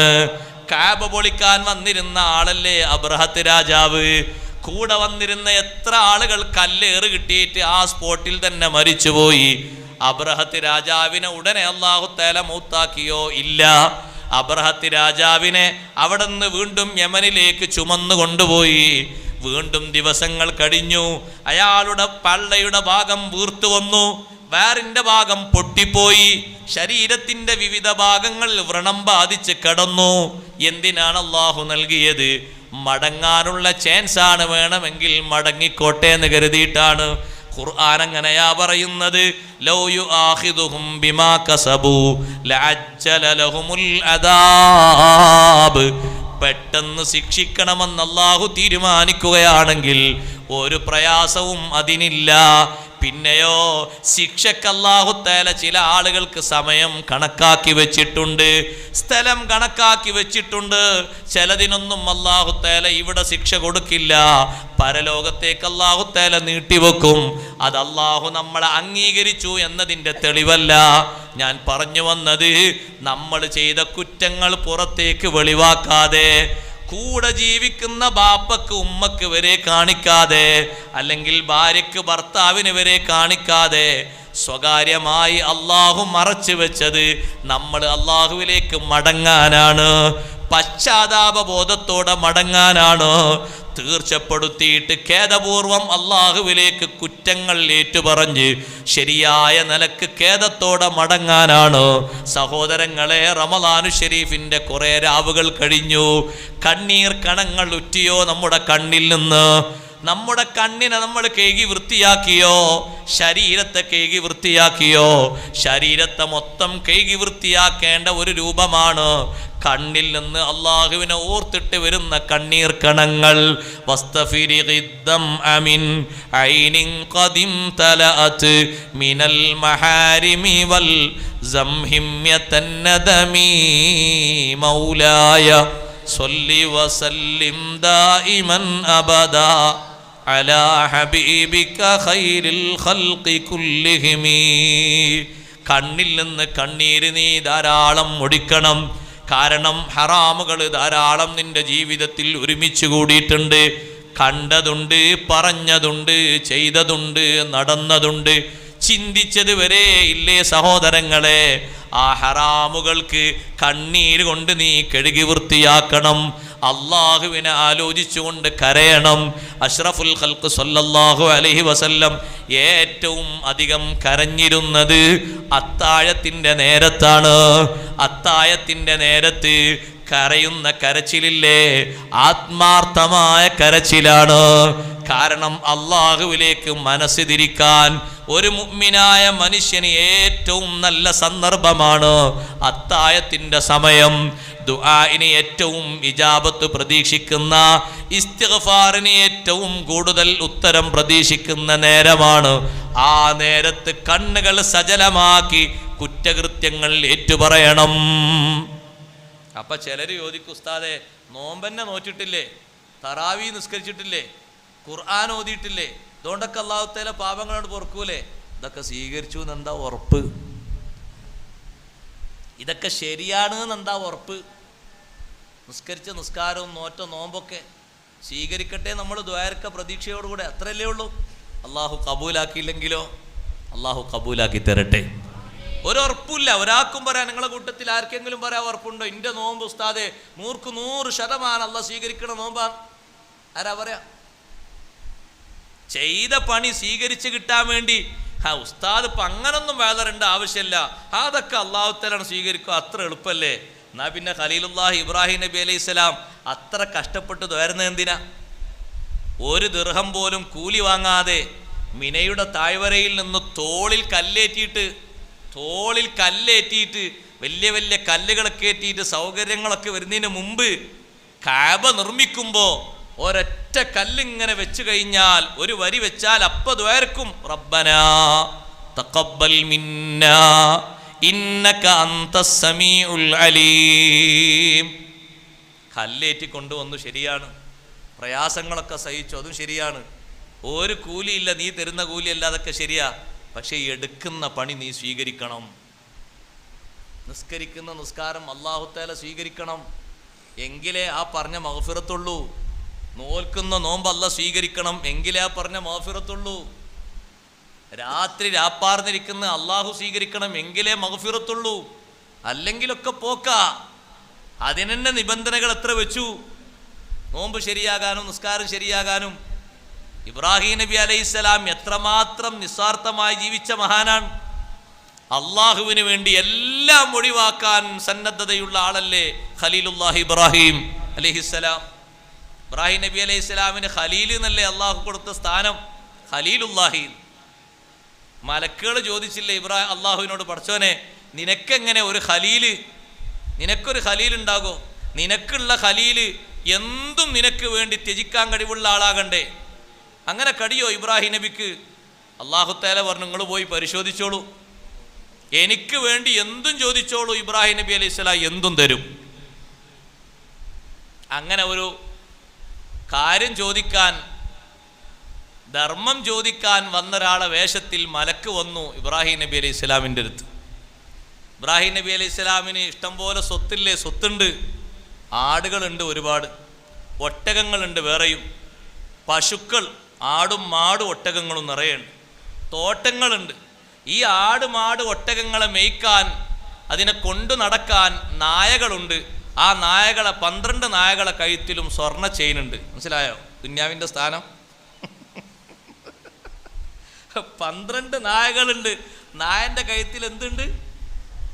ആ ഒരു പവൻ എത്ര വില ഇപ്പോ? 50 അല്ലേ? ആ 50. നായന്റെ കഴുത്തിൽ സ്വർണത്തിന്റെ നല്ല മാല, 1-ാം നമ്പർ മാല. 12 നായകളുണ്ട്. ആ നായകളാണ് ഈ ആടുമാട് ഒട്ടകങ്ങളെ മേയ്ക്കുന്ന സ്ഥലങ്ങളിലേക്ക് കൊണ്ടുപോവുക. തിരിച്ചു വരാൻ സമയമാകുമ്പോൾ പല ഭാഗത്തും ചെന്ന് നായകൾ ശബ്ദിക്കും. അവർക്ക് മനസ്സിലാകുമ്പോൾ തിരിച്ചിങ്ങോട്ട് കൊണ്ടുവരും. ഈ നായകളാ കൊണ്ടുപോവുക. മലക്ക് വന്ന് ചോദിച്ചു, ഈ ഒട്ടകങ്ങൾ, ഈ ആടുകൾ, ഈ മാടുകൾ, ആ കാണുന്ന തോട്ടങ്ങൾ, ഇതൊക്കെ ആരുടേതാണ്? നമ്മളോടൊരാളൊന്ന് ചോദിക്കാണ്, ആ കാണുന്ന ആ തെങ്ങക്കാരുതാ? നമ്മളെന്താ പറയുക? അതിൻ്റെതാ, എൻ്റെ നാളെ പോകാനുള്ള എൻ്റെ. നമ്മൾ പോയ അടുത്ത ആൾ, അയാൾ കഴിഞ്ഞാലോ അടുത്ത ആള്. ആർക്കാണുള്ളത്? ആർക്കുമില്ല. നമ്മൾ വേമ്പർ അതിൻ്റെതാ, മറ്റേ ജ്യേഷ്ഠൻ്റെതാണ്, മറ്റേ അഞ്ചൻ്റെ, മറ്റേ വല്യാപ്പാൻ്റെ ആണ്, മറ്റേ അതിൻ്റെ വല്യാപ്പാൻ്റെ. എൻ്റെ അമ്മോ, തീരുന്നില്ല. ഇബ്രാഹിം നബി അലൈഹി സ്വലാം ഒറ്റ മറുപടി, ലില്ലാ, ഇതെല്ലാം അള്ളാഹുവിൻ്റെതാണ്. വലാകിൻ ഫീ യദീ, തൽക്കാലം എൻ്റെ അവകാശത്തിലാണ്, താൽക്കാലികമായി എൻ്റെ ചുമതലയിലാണ്. ഒക്കെ റബ്ബിനുള്ളതാണ്, അള്ളാഹുവിനുള്ളതാണ്. അത് തരാൻ പറ്റുമോ എന്ന് ചോദിച്ചു വന്നാള്. അള്ളാഹുവിനെ വിചാരിച്ച് തരാൻ പറ്റുമോ? പടച്ച റബ്ബിനെ സ്തുതിച്ചുകൊണ്ട് ദിക്ർ ചൊല്ലിക്കോളൂ, അതിൽ 1/3 ഭാഗം നിങ്ങൾ കൊണ്ടുപോയിക്കോളൂ. വന്ന മലക്ക് ചൊല്ലി, സുബ്ബൂഹുൻ ഖുദ്ദൂസുൻ റബ്ബുൽ മലായികത്തി വറൂഹ്. വിത്ർ നിസ്കാരം കഴിഞ്ഞിട്ട് ചൊല്ലുന്ന ദിക്റാണ്. വിത്ർ നിസ്കാരം നമസ്കാരല്ലേ? 3 വട്ടം ചൊല്ലണം സുബ്ഹാനൽ മലിക്കിൽ ഖുദ്ദൂസ്, പിന്നെ ചൊല്ലണം സുബ്ബൂഹുൻ ഖുദ്ദൂസുൻ റബ്ബുൽ മലായികത്തി വറൂഹ്. 3 പ്രാവശ്യം ചൊല്ലുമ്പോൾ 1 പ്രാവശ്യം ഉറക്കെ ചൊല്ലണം സുബ്ഹാനൽ മലിക്കിൽ ഖുദ്ദൂസ്, പിന്നെ ചൊല്ലണം സുബ്ബൂഹുൻ ഖുദ്ദൂസുൻ റബ്ബുൽ മലായികത്തി വറൂഹ്. ആ ദിക്റാണ് മലക്ക് ചൊല്ലിയത്. 3-1 എടുത്തോളൂ എന്ന് പറഞ്ഞു. 3-1 എന്ന് പറഞ്ഞാൽ കുറച്ചൊന്നുമല്ല. ഒരു 200 ഒട്ടകം, 200 ആട്, 200 പശു ഒക്കെ തെളിച്ച് മാറ്റി നിർത്തി. ഇനിയും തരുമോ? ഇനിയും ചൊല്ലി, ഇനിയും എടുത്തോളൂ. പിന്നെയും ചൊല്ലി സുബ്ബൂഹുൻ ഖുദ്ദൂസുൻ റബ്ബുൽ മലായികത്തി വറൂഹ്. ബാക്കിയുള്ളതിൻ്റെ പകുതി പിന്നെയും തെളിച്ചു. ഇനിയും തരുമോ? ഇനിയും എടുത്തോളൂ, ചൊല്ലിക്കോളൂ, എടുത്തോളൂ. പിന്നെയും ചൊല്ലി ദിക്ർ സുബ്ബൂഹുൻ ഖുദ്ദൂസുൻ റബ്ബുൽ മലായികത്തി വറൂഹ്. ഇപ്പം എല്ലാ ആടും മാടും ഒട്ടകങ്ങളൊക്കെ ഒരു ഭാഗത്തായി. ഇനി എന്താ വേണ്ടത് നിങ്ങൾക്ക്? ആ ആടുമാട് ഒട്ടകങ്ങളെ പരിപാലിക്കാൻ, മേയ്ക്കാൻ ആളെ വേണ്ടേ? ഈ 12 നായകളെ കൊണ്ടുപോയിക്കോളൂ. ആ 12 നായകളെ മലക്കിങ്ങനെ നോക്കിയപ്പോൾ ആ 12 നായൻ്റെ ഈ കഴുത്തിൽ സ്വർണ്ണ ചെയിന 12 നായകളെയും കൊണ്ടുപോയിക്കോളൂ. ഇനി എന്താ തരാ? ഇനിയും നിങ്ങൾ ദിക്ർ ചൊല്ലുകയാണെങ്കിൽ ഞാൻ നിങ്ങൾക്ക് വേലക്കാരനായി വരാം. അള്ളാഹുവിൻ്റെ പൊരുത്തം പ്രതീക്ഷിച്ച് നിങ്ങൾക്കൊരു അടിമയായി വേലക്കാരനായി വേണമെങ്കിൽ ഞാൻ വന്നേക്കാം. വിഷമൊന്നും കരുതേണ്ടതില്ല.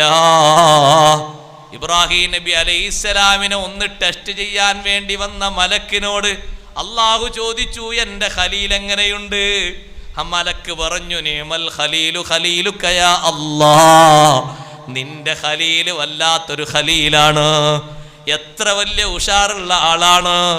ഞാൻ ചോദിച്ചതിന് മുഴുവനും മറുപടി അല്ലാഹുവേ നിന്റേതാണ്.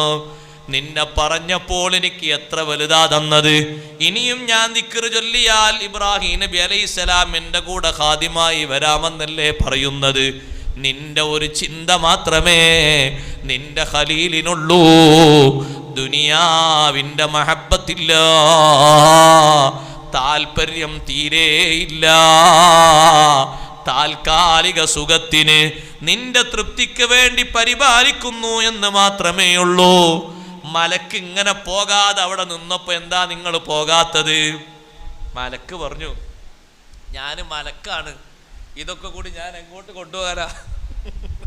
ഈ ആടും മാടും ഒട്ടകൊണ്ടായിട്ട് എനിക്കാണെങ്കിൽ ഭക്ഷണം വേണ്ട, വെള്ളം വേണ്ട, ഒന്നും വേണ്ടല്ലോ. ഞാൻ മലക്കല്ലേ, മലക്കാണ്, ഇതൊന്നും എനിക്ക് വേണ്ട, നിങ്ങൾ തിരിച്ചെടുക്കണം. ഇബ്രാഹിം നബി അലൈഹി സ്വലാം പറഞ്ഞു, ഞാൻ അള്ളാന്റെ ഖലീലാണ്, തന്നത് തിരിച്ചു വാങ്ങുന്ന പ്രശ്നമല്ല, കൊണ്ടുപോയേ പറ്റൂ. ഞാൻ അള്ളാഹുവിന്റെ ഖലീലാണ്, കൊടുത്തത് തിരിച്ചു വാങ്ങുന്ന പരിപാടി എന്നല്ല, കൊണ്ടുപോയേ പറ്റൂ. കൊണ്ടുപോകണം, അള്ളാഹ് കൊണ്ടുപോകണം എന്ന് ആലോചിച്ചപ്പോ മാഷാ അല്ലാഹ്, അസ്സലാമു റഹ്മത്തുള്ളാഹി. ഉദ്ഘാടനത്തിന് ഇപ്പോഴാണ് ആളത്തിൽ ഇരിക്കി.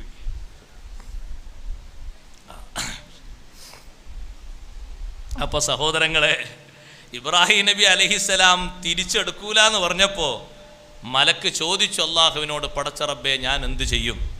അള്ളാഹു തആല പറഞ്ഞു, ഇബ്രാഹിം നബി അലൈഹിസ്സലാം അത് തിരിച്ചെടുക്കൂല, നിങ്ങളൊരു കാര്യം ചെയ്തോളൂ, അത് വിൽപ്പന നടത്തിയിട്ട് അതുകൊണ്ട് നിങ്ങൾ ഒരു പൊതുസ്ഥലം വാങ്ങിയിട്ട് മുസ്ലിങ്ങൾക്ക് വഖഫ് ചെയ്യണം. ആ പൊതുസ്ഥലമാണ് ഇന്ന് ഫലസ്തീനിലെ ജബൽ സൈത്തൂനിൽ ഉള്ള സ്ഥലം. അവിടെയാണ് ഇബ്രാഹിം നബി അലൈഹിസ്സലാമിൻ്റെ മഖ്ബറയുള്ളത്. ഇബ്രാഹിം നബി അലൈഹിസ്സലാമും സാറ ബീവി റളിയല്ലാഹു അൻഹയും യാക്കൂബ് നബി അലൈഹിസ്സലാമും യൂസുഫ് നബി അലൈഹിസ്സലാമും ഒക്കെ അന്തിയുറങ്ങുന്നത് ജബൽ സൈത്തൂനിലാണ്.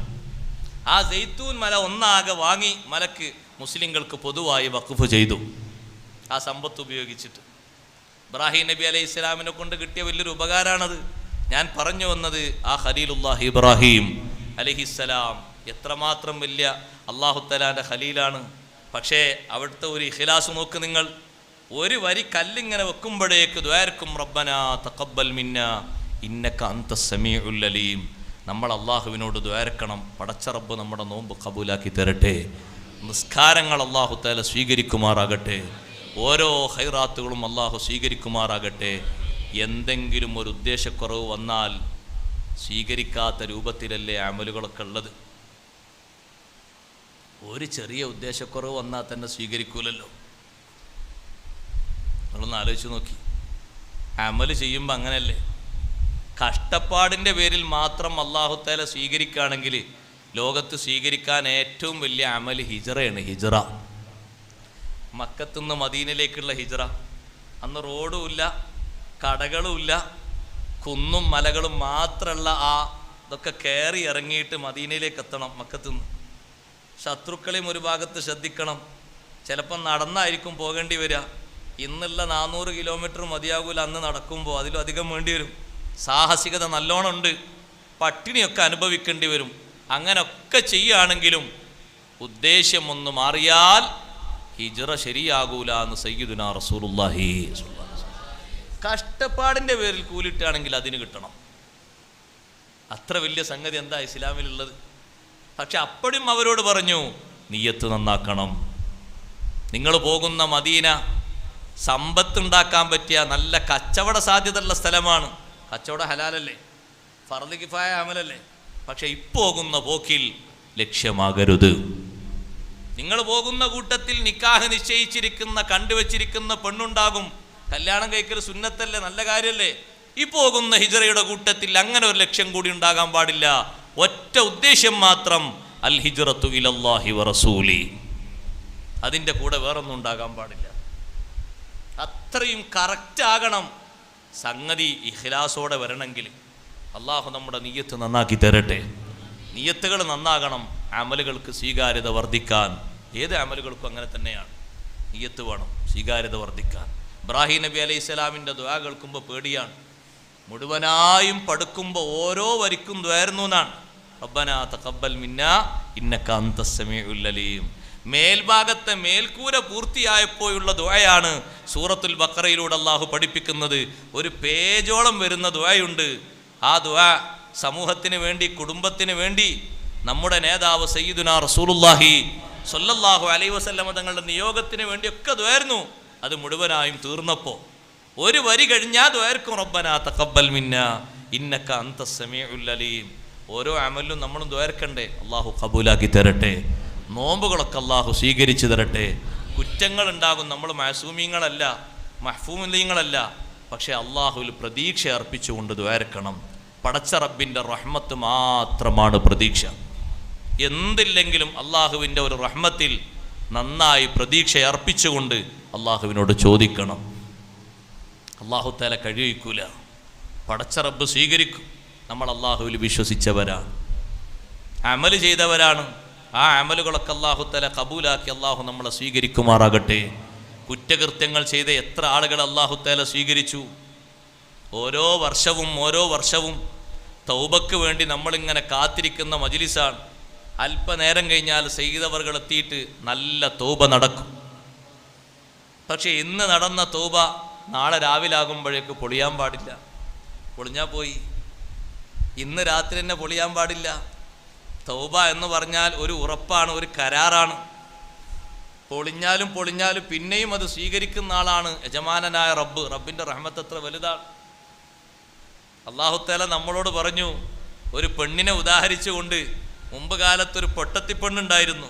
വലാ തക്കൂനു കല്ലത്തി നഖലത്ത് ഗസ്ലഹ മിൻ ബഅദി ഖുവ്വത്തിൻ അൻകാസ. ഒരു പെണ്ണിനെ പോലെ നിങ്ങളാകരുത്. ആ പെണ്ണ് ഒരുപാട് തുന്നിക്കൂട്ടി റെഡിയാക്കി, 1 മണിക്കൂർ അധ്വാനിച്ച് സൂചിയും നൂലൊക്കെ എടുത്ത് തുന്നി റെഡിയാക്കി ഭദ്രാക്കി, തുന്നി പൂർണ്ണമായി കഴിഞ്ഞാൽ പിന്നൊരു ഭാഗത്തുനിന്ന് അങ്ങനെ കെട്ടയിക്കാൻ തുടങ്ങും. അങ്ങനെ തുന്നി ഭദ്രമാക്കിയത് ആ പെണ്ണ് ഇങ്ങനെ കെട്ടയിച്ച് പിന്നെയും തുന്നും. അതുപോലെ നിങ്ങളാകരുത്. കുറേ തൗബ ചെയ്യും, പിന്നെ ആ തൗബ പൊളിക്കും. പിന്നെയും തൗബ ചെയ്യും, പിന്നെയും തൗബ പൊളിക്കും. പിന്നെയും തൗബ ചെയ്യും, പിന്നെയും തൗബ പൊളിക്കും. തത്തഖിദൂന ഐമാനക്കും ദഖലം ബൈനക്കും. അങ്ങനെ നിങ്ങളുടെ സത്യങ്ങൾ ഇടകലർത്തിയിട്ട് പിന്നെയും ദോഷങ്ങളിലേക്ക്, പിന്നെയും കരാർ ചെയ്തത് പൊളിക്കുന്നതിലേക്ക് നിങ്ങൾ അങ്ങനെ മടങ്ങരുത്. ഒരു ഉറച്ച തീരുമാനത്തിലേക്ക് എത്തണം.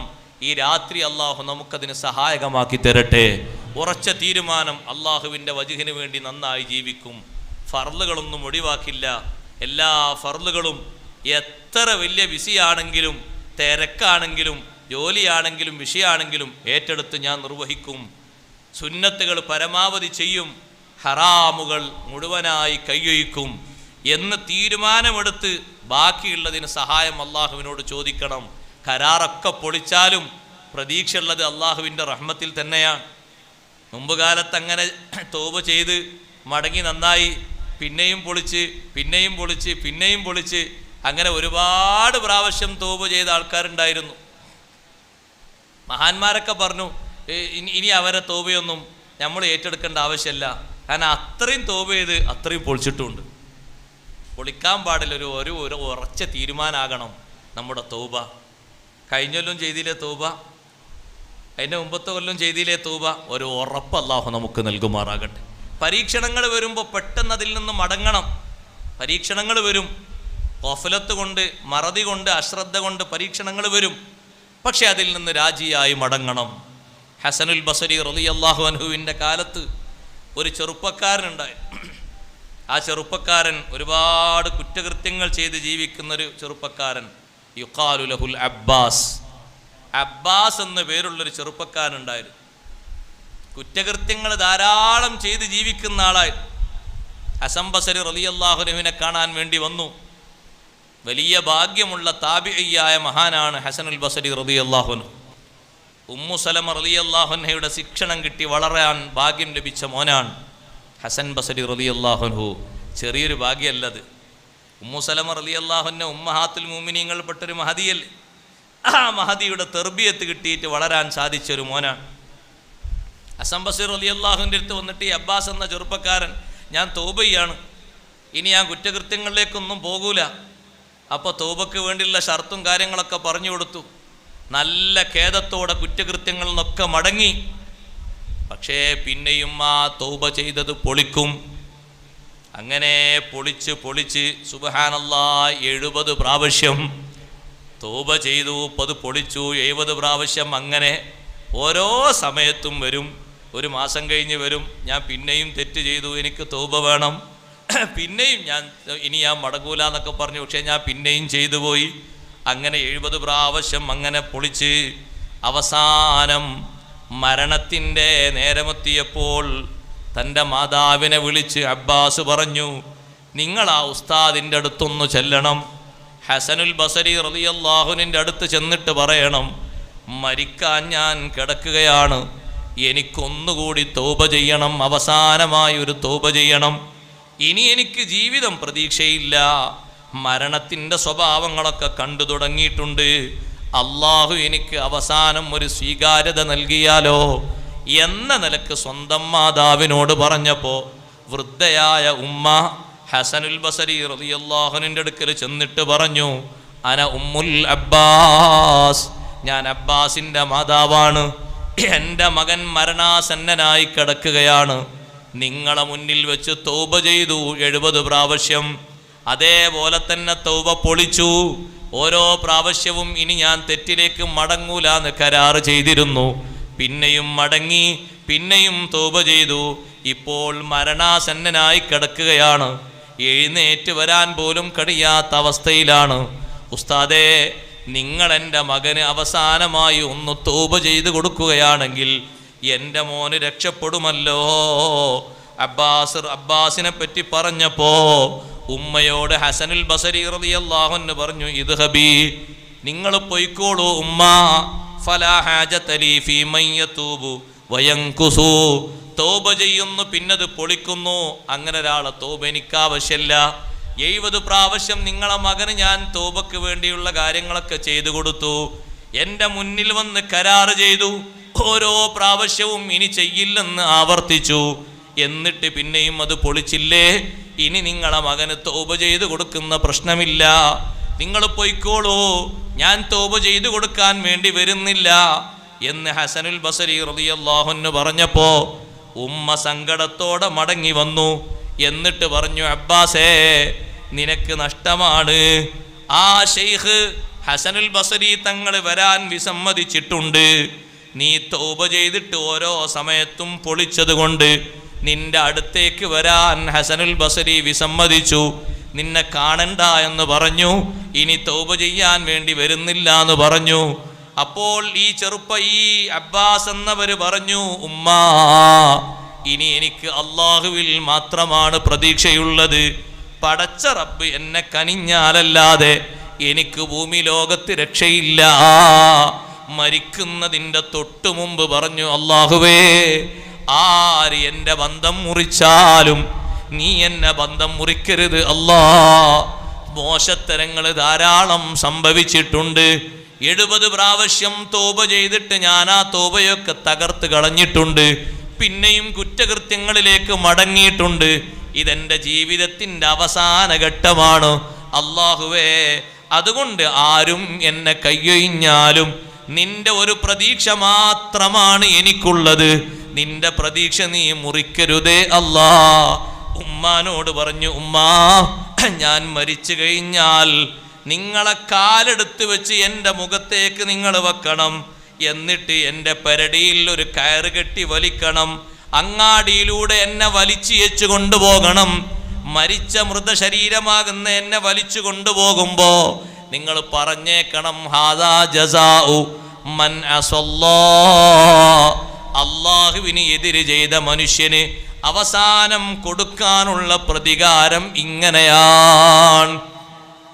ഉമ്മാനോട് പറഞ്ഞത് 3 കാര്യമാണ്. ഒന്ന്, നിങ്ങളെ കാലെടുത്തിട്ട് എൻ്റെ മുഖത്തിൻ്റെ ഭാഗത്ത്, നെറ്റിയുടെ ഭാഗത്ത് വെച്ച് ചവിട്ടി വെച്ച്. രണ്ടാമതൊരു കയറെടുത്തിട്ട് എൻ്റെ പെരടിയിൽ കെട്ടി ജനങ്ങൾ ഒരുമിച്ച് കൂടി നിൽക്കുന്ന അങ്ങാടികളിലൂടെ എന്നെ വലിച്ചു വെച്ച് കൊണ്ടുപോയിട്ട് നിങ്ങൾ പറയണം, ഒരുപാട് തെറ്റ് ചെയ്ത് ജീവിച്ച മനുഷ്യനാണ് എൻ്റെ മോൻ. എൻ്റെ മോൻ അവസാനം കൊടുക്കാനുള്ള ശിക്ഷ എങ്ങനെയാണ്, നിങ്ങളെ മുന്നിലൂടെ എങ്ങനെ വലിച്ചു വെക്കുകയാണ് എന്ന് നിങ്ങൾ പറഞ്ഞേക്കണം. എന്നിട്ട് എന്തിനാണ് ഇങ്ങനെ കൊണ്ടുപോകുന്നത്, അങ്ങനെ കൊണ്ടുപോകുമ്പോൾ എന്നെങ്ങനെ കൊണ്ടുവരുന്നുണ്ട് എന്നൊരു വാർത്ത ഹസൻ ബസരി റളിയല്ലാഹു അൻഹു എങ്ങാനും അറിഞ്ഞു വന്നിട്ട് ഒന്ന് ദുആ ചെയ്തിട്ട് അല്ലാഹു തആല സ്വീകരിച്ച് കിട്ടിയാൽ ഞാൻ രക്ഷപ്പെടുമല്ലോ, അതിനിങ്ങനെ ചെയ്യണം. അതാണ് അബ്ബാസ് ഉമ്മാനോട് അങ്ങനെ പറയാൻ കാരണം. എന്നെ നിങ്ങൾ ഇങ്ങനെ ചെയ്യുമ്പോൾ ആളുകൾ പോയി പറയും, നിങ്ങളെ മുന്നിൽ വന്ന് ഒരുപാട് പ്രാവശ്യം ചോബ് ചെയ്ത മനുഷ്യൻ മരിച്ചു. ആ മരിച്ച മനുഷ്യനെ ഉമ്മ കയറ് കഴുത്തിൽ കെട്ടിയിട്ട് നെറ്റിയിൽ കാലെടുത്ത് വെച്ച് ചവിട്ടി വെച്ച് അങ്ങാടിയിലൂടെ വലിച്ചു വെച്ച് കൊണ്ടുവരുന്നുണ്ട് എന്ന് പറയുമ്പോൾ ഒന്ന് സ്നേഹം തോന്നിയിട്ട്, ദയ തോന്നിയിട്ട്, അവസാനെങ്കിലും ഒന്ന് ദ്വാരുന്നിട്ട് അല്ലാഹു തആല എനിക്ക് കനിഞ്ഞാൽ ഞാൻ രക്ഷപ്പെടുമല്ലോ ഉമ്മ, അതുകൊണ്ട് നിങ്ങൾ അങ്ങനെ ചെയ്യണം. നമ്മളൊരു കാര്യം ആലോചിക്കണം, അള്ളാഹുവിൻ്റെ റഹ്മത്താണ് വലുത്. ആ റഹ്മത്ത് അല്ലാഹു തആല നമുക്ക് കനിഞ്ഞ് നൽകുമാറാകട്ടെ. ഈ രാത്രിയിലും മറ്റു എല്ലാ രാവുകളിലും അല്ലാഹു നൽകുമാറാകട്ടെ. അതിന് പറ്റുന്ന മനസ്ഥിതിയോടെ നമ്മൾ അല്ലാഹുവിലേക്ക് കരങ്ങൾ ഉയർത്തണം. ദുആ ചെയ്യുന്ന സമയത്തും ഇസ്തിഗ്ഫാർ ചൊല്ലുന്ന സമയത്തും ദോഷങ്ങൾ എണ്ണി പറയുമ്പോഴും അവനവൻ്റെ ദോഷങ്ങളാണ് എണ്ണേണ്ടത്. ആരാൻ്റെ ദോഷങ്ങളിലേക്ക് ആരും നോക്കണ്ട. നമ്മളത് ഏൽപ്പിച്ചിട്ടില്ല. അവനാൻ്റെ ദോഷങ്ങൾ, ആരും അറിയാത്ത ദോഷങ്ങളില്ലേ, ഉണ്ട്. പക്ഷെ അതൊക്കെ പേജിൽ എഴുതിപ്പോയിട്ടുണ്ട്, മലക്കുകൾ എഴുതിപ്പോയിട്ടുണ്ട്, സ്വകാര്യതകളൊക്കെ എഴുതിപ്പോയിട്ടുണ്ട്. അത് പരസ്യമാകാതെ മാപ്പായി കിട്ടണം. കിതാബുകളിൽ നിന്ന് മായ്ക്കപ്പെട്ട രീതിയിൽ രക്ഷപ്പെട്ട് കിട്ടണം. അതിനാകണം നമ്മുടെ മനസ്സൊരുക്കിയിട്ട് നമ്മൾ അള്ളാഹുവിനോട് കീഴുന്നത്. പാപങ്ങൾ അള്ളാഹു പുറത്തു തരുമാറാകട്ടെ. ഏടുകളിൽ നിന്ന് മായ്ക്കപ്പെടുന്ന രീതിയിലുള്ള മഗ്ഫിറത്ത്, അഫ്വ് നൽകി അള്ളാഹു അനുഗ്രഹിക്കുമാറാകട്ടെ. പടച്ച റബ്ബ് അഫ്വ് ചെയ്താൽ നമ്മൾ രക്ഷപ്പെട്ടു. അള്ളാഹുവാണ് അഫ്വ് ചെയ്യുന്നവൻ, പടച്ച റബ്ബാണ് അഫ്വ് ചെയ്യുന്നവൻ. ഇതൊക്കെ അതിലേക്കുള്ള വസീലകളാണ്. നമ്മൾ ചോദിക്കുന്നതും ഇസ്തിഗ്ഫാർ ചൊല്ലുന്നതും നിസ്കരിക്കുന്നതും ദാനധർമ്മങ്ങൾ ചെയ്യുന്നതും ഒക്കെ അതിലേക്കുള്ള മാർഗങ്ങളാണ്. അള്ളാഹു സ്വീകരിച്ചെങ്കിൽ മാത്രം അള്ളാഹു നമ്മിൽ നിന്ന് ഖബൂൽ ചെയ്യുമാറാകട്ടെ. അബ്ബാസ് എന്ന് പറയുന്ന ആ മകൻ മരിച്ചിട്ട് സഹോദരങ്ങളെ, മകൻ പറഞ്ഞതുപോലെ ഹസൻ ബസരി റളിയല്ലാഹു അൻഹുവിൻ്റെ ഒരു കനിവ് കിട്ടാൻ വേണ്ടി ഉമ്മ ആദ്യം പറഞ്ഞത് നെറ്റിയിലേക്ക് കാലെടുത്ത് വെക്കണം എന്നല്ലേ. ആ ഉമ്മ നെറ്റിയിലേക്ക് കാലെടുത്ത് വെക്കാൻ വേണ്ടി കാലിങ്ങനെ പൊക്കുന്ന നേരത്ത് വീട്ടിൻ്റെ ഉള്ളിൽ നിന്നൊരു ശബ്ദം മുടങ്ങി. ഉമ്മ പേടിച്ച് വിറച്ചുപോയി. വീട്ടിൻ്റെ ഉള്ളിൽ നിന്ന് എന്താണ് ശബ്ദം മുടങ്ങിയത്? ലാ തളഈ ഖദമകി മൗളി അസ്സുജൂദ്,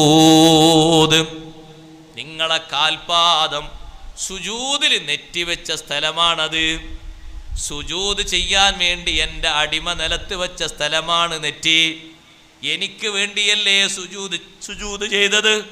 ആ സുജൂദിൻ്റെ സ്ഥലത്ത് നിങ്ങൾ കാല് വെക്കരുത്. സുജൂദ് ചെയ്യാൻ വേണ്ടി ഉപയോഗിക്കുന്നതല്ലേ സഹോദരങ്ങളെ ഏറ്റവും ഭംഗിയുള്ള ശരീരത്തിലെ മുഖഭാഗം, നെറ്റിയല്ലേ സുജൂദിൽ വെക്കുന്നത്. ആ പ്രധാനപ്പെട്ട സ്ഥലത്തല്ലേ കാല് വെക്കുന്നത്.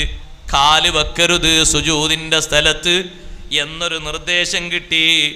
എന്നിട്ട് ഉമ്മാനോടൊരു വിളിയാളം പറയുന്നു, വഅലമീ അന്നല്ലാഹ സുബ്ഹാനഹു വതആല ഖദ് ഗഫറ ലഹു വഅതഖഹു മിനന്നാർ.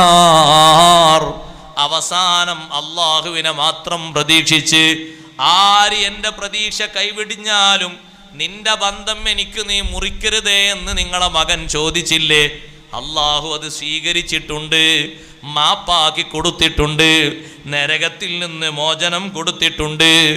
ഉമ്മ ആ മകനെ ആളുകൾക്ക് വിട്ടുകൊടുത്തു. അവര് നേരെ ജനാസ നിസ്കരിച്ച് അതാ കൊണ്ടുപോയി ഖബറടക്കി. ബഹുമാനപ്പെട്ട ഹസനുൽ ബസരി റളിയല്ലാഹു അൻഹു, അതേ മഹാനവർകൾ ഇതിന് ശേഷം മഹാനവർകൾക്കൊരു സ്വപ്ന ദർശനമുണ്ടായി. ആ സ്വപ്ന ദർശനത്തിൽ ഒരാൾ വന്നിട്ട് ഹസനുൽ ബസരി തങ്ങളോട് പറയുന്നു, യാ ഹസനു മാ ഹമലക അൻ തഖ്നല അൻ തുഖന്നിത അബ്ദി മിർ റഹ്മതി. എന്തിനാണ് എൻ്റെ റഹ്മത്തിൽ നിന്ന് എൻ്റെ അടിമയെ നിങ്ങൾ നിരാശപ്പെടുത്തിയത്? അള്ളാഹുവിൻ്റെ റഹ്മത്ത് നിങ്ങളെ ഏൽപ്പിച്ചിട്ടുണ്ടോ? നിങ്ങളോട് അള്ളാഹു പറഞ്ഞിട്ടുണ്ടോ പൊരുത്തപ്പെട്ട് കൊടുക്കൂല, മാപ്പാക്കി കൊടുക്കൂല എന്ന് അള്ളാഹു പറഞ്ഞിട്ടുണ്ടോ? അള്ളാഹിന്റെ റഹ്മത്ത് വിശാലമാണെന്ന് നിങ്ങൾക്കറിയില്ലേ? ഇനിമേലാൽ ആരെങ്കിലും തെറ്റുകാരനായി വന്നിട്ട് അവരെ പ്രതീക്ഷ അസ്തമിപ്പിച്ച് നിങ്ങൾ വിട്ടാൽ നിങ്ങളിൽ നിന്നുള്ള ഇൽമ് അള്ളാഹു ഊരിയെടുക്കും. അത് നന്നായി ശ്രദ്ധിക്കണം എന്നൊരു വാണിങ് ഹസനുൽ ബസരി റളിയല്ലാഹു അൻഹുവിന് ലഭിച്ചു. ഹസൻ ബസരി റളിയല്ലാഹു അൻഹു ഉമ്മാനെ സന്ദർശിച്ച് അവസാനം ഉണ്ടായ രംഗങ്ങളൊക്കെ ചോദിച്ചറിഞ്ഞു. എന്നിട്ട് ഉമ്മ പറഞ്ഞു, സുജൂദിന്റെ സ്ഥലത്തേക്ക് കാലെടുത്ത് വെച്ചപ്പോഴേക്ക് എനിക്ക് നിർദ്ദേശം കിട്ടി, സുജൂദ് ചെയ്ത സ്ഥലത്ത് നിങ്ങൾ കാല് വെക്കരുത്, പവിത്രധന്യമായ സ്ഥലമാണ്. ആഖിറത്തിൽ വരുമ്പോ പ്രകാശിക്കുന്ന സ്ഥലങ്ങളല്ലേ സുജൂദിന്റെ സ്ഥലങ്ങൾ, വുളൂഇന്റെ സ്ഥലങ്ങൾ. അള്ളാഹു നമുക്ക് തൗഫീഖ് നൽകട്ടെ. വലിയ ബഹുമാനമുള്ള സ്ഥലമാണ്. ആരുടെ മുന്നിലും സുജൂദിന് നമുക്ക് അർഹതയില്ലല്ലോ, അള്ളാഹുവിനല്ലാതെ ഒരൊറ്റ സിട്ടിക്കും സുജൂദ് പാടില്ലല്ലോ. വലിയ ബഹുമാനം അള്ളാഹു നൽകിയ നേതാവല്ലേ സയ്യിദുനാ റസൂലുള്ളാഹി സ്വല്ലല്ലാഹു അലൈഹി വസല്ലം തങ്ങളുടെ മുന്നിൽ പോലും സുജൂദ് ചെയ്യട്ടെ എന്ന് ചോദിച്ച് വന്ന ആളോട് സുജൂദ് അള്ളാഹുവിന് മാത്രമാണ്. ഭൂമിയിൽ ഒരു അടിമ മറ്റൊരു അടിമക്ക് സുജൂദ് ചെയ്യേണ്ട വിഷയം ഉണ്ടായിരുന്നുവെങ്കിൽ ലഅമർതുൽ മർഅത അൻ തസ്ജുദ ലിസൗജിഹാ, സുജൂദ് ചെയ്യാൻ ഞാൻ ആദ്യമായി കൽപ്പിക്കുന്നത് ഭാര്യയോട് ഭർത്താവിന് സുജൂദ് ചെയ്യാനായിരിക്കും. അത്രയും വലിയ കടപ്പാടാണ് ആ ജീവിതത്തിലുള്ളത്, വലിയ ബാധ്യതകളാണ് ആ ജീവിതത്തിലുള്ളത്. പക്ഷേ ഭാര്യക്കും ഭർത്താവിന് സുജൂദ് ചെയ്യാൻ പറ്റൂല, ഭർത്താവ് ഭാര്യക്കും സുജൂദ് ചെയ്യാൻ പറ്റൂല, ഒരൊറ്റ നബിക്കും ഒരൊറ്റ വലിയനും സുജൂദ് ചെയ്യാൻ പറ്റൂല. സുജൂദ് അള്ളാഹുവിന് മാത്രമുള്ള അമലാണ്. ആ അമല് വേറെ ഒരാൾക്കും നിർവഹിക്കാൻ പാടില്ല.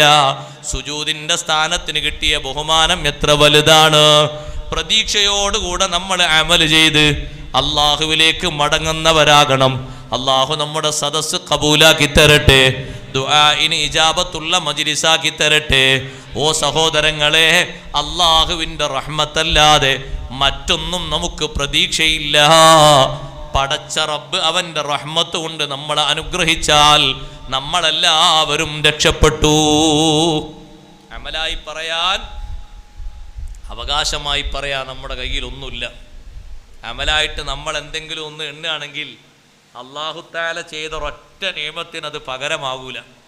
ഒറ്റ അനുഗ്രഹത്തിന് നമ്മൾ ആകെ കൂടി ചെയ്തു കൂട്ടിയ കോടിക്കണക്കിന് അമലുണ്ട് എന്ന് കൂട്ടിക്കോളും, പകരമാകൂല. അതുകൊണ്ട് അമലൊന്നും ചെയ്യണ്ടെന്നല്ല, അമലൊക്കെ ചെയ്യണം നല്ല പ്രതീക്ഷയോടുകൂടെ. ആ അമല് അള്ളാഹുവിൻ്റെ റഹ്മത്തിനൊരു കാരണമാണ്. സുജൂദ് ചെയ്ത ആ വ്യക്തിയുടെ സുജൂദല്ലേ അവസാനമായി അല്ലാഹു തആല പരിഗണിച്ചത്. ദോഷങ്ങളൊക്കെ ഒരുപാടുണ്ട്, തെറ്റുകുറ്റങ്ങളൊക്കെ ഒരുപാടുണ്ട്, അപ്പോഴും സുജൂദിന് വലിയ ബഹുമാനമുണ്ടല്ലോ. അള്ളാഹുവിന് വേണ്ടി ചെയ്തതല്ലേ ആ സുജൂദ്. അതുകൊണ്ടല്ലേ സ്വന്തം ഉമ്മ കാലെടുത്ത് വെച്ചപ്പോൾ പോലും അങ്ങനെ ഒരു നിർദ്ദേശം കിട്ടിയത്, സുജൂദിൻ്റെ സ്ഥലത്ത് ചവിട്ടരുത്, അത് വലിയ ബഹുമാനമുള്ള സ്ഥലമാണ്, അത് വലിയ സ്ഥാനമുള്ള സ്ഥലമാണ്, ചെറിയ സ്ഥലമല്ല. നെറ്റിക്ക് വലിയ ബഹുമാനമുള്ള സ്ഥലമാണ്. മുഖത്തിന് വലിയ ബഹുമാനം കിട്ടിയത് സുജൂദ് കൊണ്ടാണ്. അള്ളാഹുവിൻ്റെ റഹ്മത്ത് അള്ളാഹു നമുക്ക് കനിഞ്ഞ് ഏകുമാറാകട്ടെ. അതിന് അള്ളാഹുവിനോട് നമ്മൾ തേടണം. പടച്ച റബ്ബിൻ്റെ റഹ്മത്തിൽ വിശ്വസിക്കണം. അള്ളാഹുവിൻ്റെ റഹ്മത്ത് വിശാലമാണ്. മുത്തഖീങ്ങൾക്ക് മാത്രം അല്ലാഹു തആല റഹ്മത്ത് കൊടുക്കുന്ന സന്ദർഭത്തിൽ ആ റഹ്മത്തിന് വേണ്ടി അർഹരായി തീരുന്ന മുത്തഖീങ്ങളിൽ അള്ളാഹു നമ്മെ ഉൾപ്പെടുത്തുമാറാകട്ടെ. ദുനിയാവിലുള്ള റഹ്മത്ത് എല്ലാവർക്കുമാണ്, എല്ലാവർക്കും വിശാലാണ്, വിശാലമായി അല്ലാഹു തആല കൊടുക്കുകയും ചെയ്യും. പക്ഷേ ആ റഹ്മത്ത് ഒന്ന് ചുരുക്കുന്ന ഒരു സന്ദർഭമുണ്ട്. ഫസഅക്തുബുഹാ ലില്ലദീന യത്തഖൂൻ. ആ റഹ്മത്ത് മുത്തഖീങ്ങൾക്ക് വേണ്ടി മാത്രം നമ്മൾ നിശ്ചയിച്ചു വെക്കും പരലോകത്ത്. ആ റഹ്മത്ത് തന്നെ എത്ര വലുതാണ്. 100 അല്ലാഹു തആലാന്റെ റഹ്മത്തിനെ ഭാഗിച്ച് അതിൽ നിന്ന് ഒരൊറ്റ റഹ്മത്ത് മാത്രമേ ഭൂമിയിലേക്ക് അല്ലാഹു ഇറക്കിയിട്ടുള്ളൂ. ആ ഒരു റഹ്മത്തിൻ്റെ പേരിലാണ് ജീവികൾ അവയുടെ കുഞ്ഞുങ്ങളോട് ദയ കാണിക്കുന്നത്. വലിയ വലിയ ആന പോകുമ്പോഴും ആനൻ്റെ ഇടയിലൂടെ നടക്കുന്ന ആനക്കുട്ടിയെ ഒന്ന് ചവിട്ടാതെ കാലൊക്കെ ഒന്ന് എടുത്തു മാറ്റി പോകുന്നത് ആ റഹ്മത്തിൻ്റെ പേരിലാണ്. കുഞ്ഞുങ്ങളെ, ചെറിയ കുഞ്ഞുങ്ങളെ, കുട്ടികളെ, കോഴിക്കുഞ്ഞുങ്ങളെ മറ്റു ജീവികൾ ആക്രമിക്കാൻ വേണ്ടി വരുമ്പോൾ കൂട്ടിലേക്ക് തള്ളക്കോഴി ഒളിപ്പിക്കുന്നത് ആ റഹ്മത്തിൻ്റെ പേരിലാണ്. മുലയൂട്ടാൻ വേണ്ടി വരുന്ന കുട്ടികൾക്ക് എത്ര വലിയ ബുദ്ധിമുട്ടുണ്ടെങ്കിലും വിശാലമാക്കി നിന്നു കൊടുക്കുന്നത് മൃഗങ്ങളൊക്കെ ഈ റഹ്മത്തിൻ്റെ പേരിലാണ്. അന്യോന്യം മനുഷ്യന്മാർ റഹ്മത്ത് കാണിക്കുന്നത് ആ ഒരു റഹ്മത്തിൻ്റെ പേരിലാണ്. ആ റഹ്മത്തിൽ നിന്നുള്ള വലിയ റഹ്മത്താണ് റഹ്മത്തുല്ലിൽ ആലമീൻ സയ്യിദുനാ റസൂലുള്ളാഹി സ്വല്ലല്ലാഹു അലൈഹി വസല്ലം. ബാക്കി 99 അല്ലാഹു തആല സൂക്ഷിച്ചു വെച്ചിരിക്കുന്നു പരലോകത്തേക്ക് വേണ്ടി. പരലോകത്തെ റഹ്മത്ത് വിശാലമായ റഹ്മത്താണ്. പക്ഷെ അത് മുത്തഖീങ്ങൾക്ക് മാത്രമാണ്, മുഅ്മിനീങ്ങൾക്ക് മാത്രമാണ്. എല്ലാവർക്കും ഇല്ല. എല്ലാവരും ആഗ്രഹിക്കും, എല്ലാവരും ചോദിക്കും, കേണപേക്ഷിച്ചും ആർത്ത് വിളിച്ച് പറയും, ഒക്കെ ഉണ്ടാകും. പക്ഷെ അത് മുത്തഖീങ്ങൾക്ക്, മുഅ്മിനീങ്ങൾക്ക് മാത്രമാണ്. ആ റഹ്മത്തിൽ നല്ല പ്രതീക്ഷ വെച്ചുകൊണ്ട് പടച്ച റബ്ബിൻ്റെ റഹ്മത്ത് ഇവിടെ ഉപയോഗപ്പെടുത്തിയിട്ട് നമ്മൾ അള്ളാഹുവിലേക്ക് മനസ്സ് തിരിക്കണം. ഓരോ രാത്രിയിലും പടച്ച റബ്ബിലേക്ക് മനസ്സ് തിരിച്ചുകൊണ്ട് കേഴണം, അപേക്ഷിക്കണം. പടച്ച റബ്ബിനോട് നമ്മൾ ധാരാളം ചോദിക്കുന്നുണ്ടെന്നല്ലായിരുന്നു, ചോദിച്ചതായിട്ടില്ല. എന്താ നമ്മൾ ചോദിച്ചത്? എത്ര കട്ടിയിലും കനത്തിലും എന്താ നമ്മൾ ചോദിച്ചത്? ചോദിക്കണം, മനസ്സറിഞ്ഞ് ചോദിക്കണം, ഇഖ്ലാസോടുകൂടെ ചോദിക്കണം, ആത്മാർത്ഥമായി ചോദിക്കണം, ചോദിക്കേണ്ട നേരം ഉപയോഗപ്പെടുത്തി ചോദിക്കണം. അള്ളാഹു നമ്മുടെ തേട്ടങ്ങളൊക്കെ സ്വീകരിക്കുമാറാകട്ടെ. ദുആകൾ അല്ലാഹു തആല ഖബൂൽ ചെയ്യുമാറാകട്ടെ. 23-ാമത്തെ രാവിൻ്റെ ഈ സദസ്സ് നമുക്ക് വെറുതെയാകാൻ പാടില്ല. നമുക്ക് ആഖിറത്തിൽ ഉപകരിക്കണം. ദുനിയാവിൽ ശേഷിക്കുന്ന കാലത്തേക്ക് വലിയ മാർഗമായി മാറണം. പങ്കെടുക്കുന്ന ഓരോ മജ്ലിസും അള്ളാഹു അങ്ങനെ ആക്കി തരുമാറാകട്ടെ. അർഹമുർ-റാഹിമീനായ റബ്ബിൻ്റെ ഒരു കാരുണ്യം, അതുകൊണ്ട് രക്ഷപ്പെടാനുള്ള വകുപ്പാക്കി പടച്ച റബ്ബ് ഇത്തരത്തിലുള്ള മജ്ലിസുകളെയും മറ്റുമൊക്കെ ഉപയോഗപ്പെടുത്തുന്നത് നമുക്ക് മാർഗമാക്കണം. വെറുതെയായി കാണാൻ പാടില്ല ഈ സദസ്സൊക്കെ. ഒരുമിച്ചുകൂടി പിരിഞ്ഞുപോയി കുറേ നേരം ഒരുമിച്ചുകൂടി എന്ന് മാത്രമാകാൻ പാടില്ല. നമുക്ക് ലാഭാകണം, പരലോകത്തെത്തുമ്പോൾ ലാഭാകണം, മരിക്കുന്ന നേരത്ത് ലാഭമാകണം, ഓരോ സമയത്തും ഉപകാരപ്രദമാകണം. വിശുദ്ധ റമദാനിലെ ഓരോ അമലുകളും ആ രൂപത്തിൽ അല്ലാഹു തആല ഖബൂൽ ചെയ്യുമാറാകട്ടെ.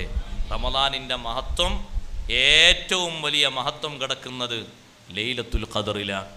ലൈലത്തുൽ ഖദറിൻ്റെ ഏറ്റവും വലിയ മഹത്വം ഖുർആനിൻ്റെ അവതരണമാണ്.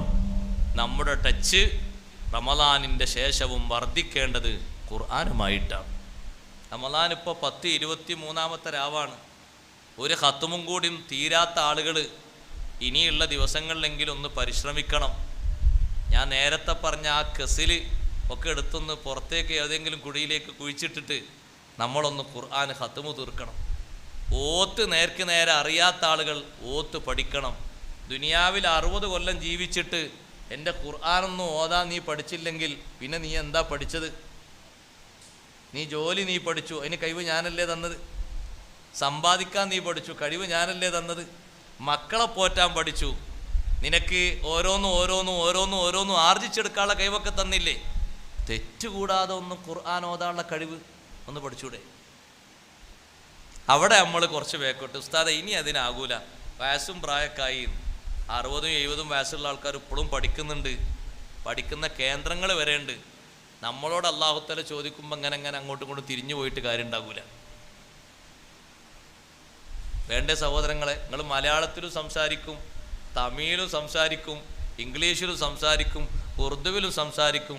തെറ്റുകൂടാതെ ഒരു 17 മഖ്റജ് മാത്രം ഒന്ന് പഠിച്ചിട്ട് ഖുർആൻ ഓതാൻ കഴിവില്ലെങ്കിൽ വലിയൊരു നഷ്ടല്ലേ അത്?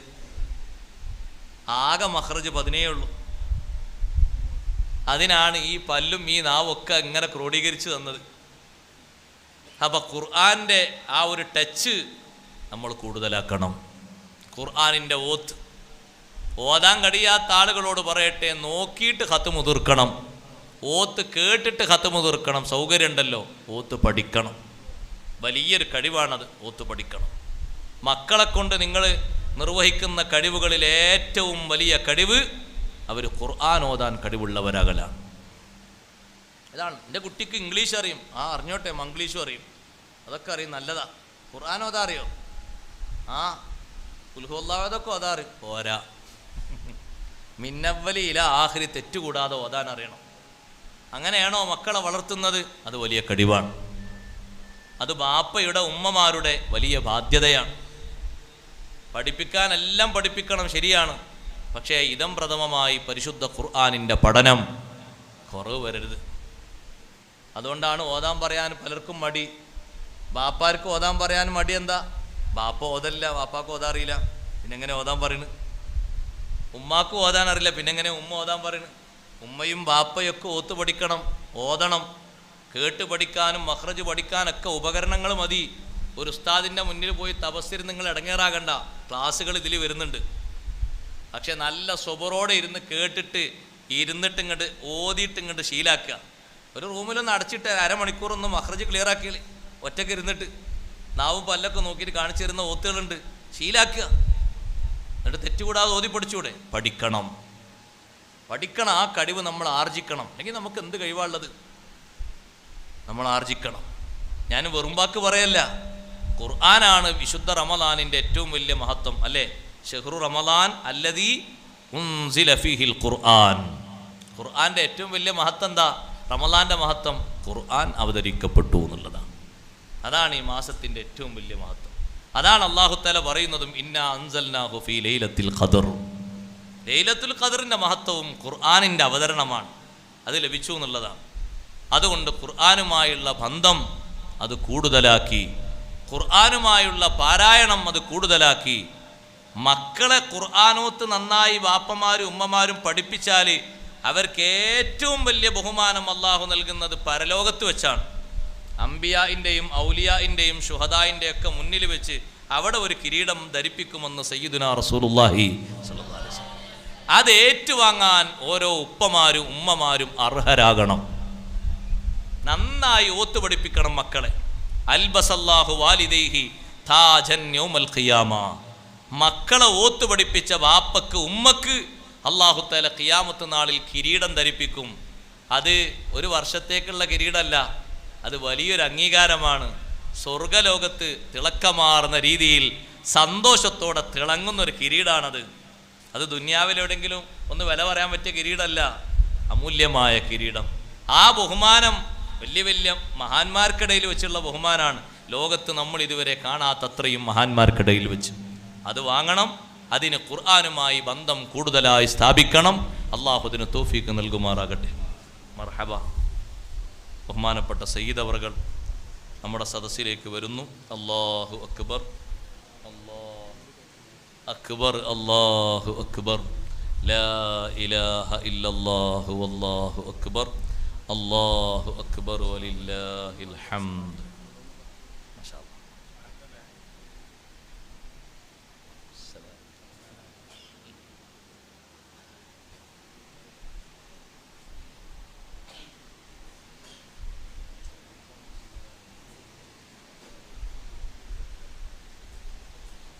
അൽഹംദുലില്ലാ. ഇരിക്കി എല്ലാവരും ഇരിക്കും. ബഹുമാനപ്പെട്ട സയ്യിദ് അവറുകളുടെ നസീഹത്തും ദുആഉം ദിക്റും തൗബയും ഒക്കെ നടക്കുകയാണ്. അൽഹംദുലില്ലാ. നമ്മുടെ ഈ മഹത്തായ ഖാദിരിയ സ്ഥാപനം ഒരുപാട് സംരംഭങ്ങൾക്ക് നേതൃത്വം നൽകുന്ന, ഒരുപാട് വിഷയങ്ങളിൽ നല്ല കഴിവുറ്റ പ്രതിഭകളെ വാർത്തെടുക്കുന്ന, വലിയ അധ്വാനം അതിനുവേണ്ടി നീക്കിവെക്കുന്ന ഒരു സ്ഥാപനമാണ്. ഈ സ്ഥാപനത്തെ അള്ളാഹു ഉത്തരോത്തരം ഉയർത്തി തെരുമാറാകട്ടെ. മക്കളെ പഠിപ്പിക്കാൻ ബാപ്പമാർക്ക് ഉമ്മമാർക്ക് ഒരു കഴിവും ഒരു സൗകര്യം ഉണ്ടായില്ല എന്ന് പരിസരത്തുള്ള ആരും പരലോകത്ത് വെച്ച് പറയരുത്. അതിന് നല്ല ഒരു സ്ഥാപനമാണ് ഇവിടെ വളർന്നു വന്നിരിക്കുന്നത്. നമ്മുടെ മക്കൾക്ക് എല്ലാ അർത്ഥത്തിലും പഠിച്ച് വളരാൻ, കഴിവുറ്റവരാകാൻ, ദീനും ദുനിയാവും ഒക്കെ പഠിച്ച് നല്ല ആളുകളായി പ്രഗത്ഭരായി മാറാൻ ഈ സ്ഥാപനത്തിൽ സൗകര്യമുണ്ട്, സംവിധാനമുണ്ട്. ഉപയോഗപ്പെടുത്തേണ്ടത് നമ്മൾ ഓരോരുത്തരുമാണ്. വലിയ ദൗത്യമാണ് ഈ സ്ഥാപനം ഇവിടെ നിർവഹിച്ചു കൊണ്ടിരിക്കുന്നത്. ഒരു 23-ാം രാവിൻ്റെ മജ്‌ലിസ് മാത്രമല്ല, ഈ കുട്ടികളെ നല്ല അടുക്കും ചിട്ടയിലും വളർത്തിയെടുത്ത് ദീനും ദുനിയാവൊക്കെ പഠിപ്പിച്ച് നല്ല അതവുള്ളവരാക്കി വളർത്തുന്നതിൽ വലിയ പങ്ക് വഹിച്ച് ഉസ്താദുമാർ നേതൃത്വം നൽകി ഹസനിയയുടെ കീഴിലുള്ള നല്ല ഒരു സ്ഥാപനം, ഒരുപാട് ഓഫ് ക്യാമ്പസുകൾ ഹസനിയയുടെ കീഴിലുണ്ട്. വന്യരായ ഉസ്താദുമാർ, കൻസുൽ ഫുഖഹ കൊമ്പ ഉസ്താദ്, മാരായമംഗലം ഉസ്താദ്, അവർക്കൊക്കെ അല്ലാഹു ആഫിയത്തുള്ള ദീർഘായുസ്സ് നൽകട്ടെ. അവരെ നേതൃത്വത്തിൽ ശിക്ഷണത്തിൽ നല്ല റാഹത്തോടെ സന്തോഷത്തോടെ നല്ല ശൈലിയിലും ഭാവത്തിലും സ്ഥാപനം പടർന്ന് പന്തലിച്ച് ഓരോ വർഷവും പുതിയ പുതിയ സംരംഭങ്ങളൊക്കെ ഉണ്ടായി കുട്ടികൾക്ക് സൗകര്യങ്ങളൊക്കെ വർദ്ധിപ്പിച്ച് പഠനങ്ങളൊക്കെ സജീവമാക്കുന്നു. നമ്മൾ ഇതുവരെ സഹകരിച്ചതുപോലെ അതിനേക്കാൾ ഉപരിയായി നന്നായി സഹായിച്ച് ഈ സ്ഥാപനത്തിൻ്റെ അഭിവൃദ്ധിക്ക് വേണ്ടി നല്ലോണം പ്രാർത്ഥിക്കുകയും പ്രവർത്തിക്കുകയും സഹകരിക്കുകയും ചെയ്യണമെന്ന് മാത്രം ഓർമ്മപ്പെടുത്തി അള്ളാഹു നമ്മുടെ മജ്‌ലിസ് ഖബൂലാക്കി തരട്ടെ. ദുആ ചെയ്യാൻ നമ്മൾ കടപ്പെട്ട എല്ലാ ആളുകൾക്കും ഈ പരിശുദ്ധമായ രാത്രിയുടെ റഹ്മത്തും ബറക്കത്തും അള്ളാഹു തആല എത്തിക്കുമാറാകട്ടെ.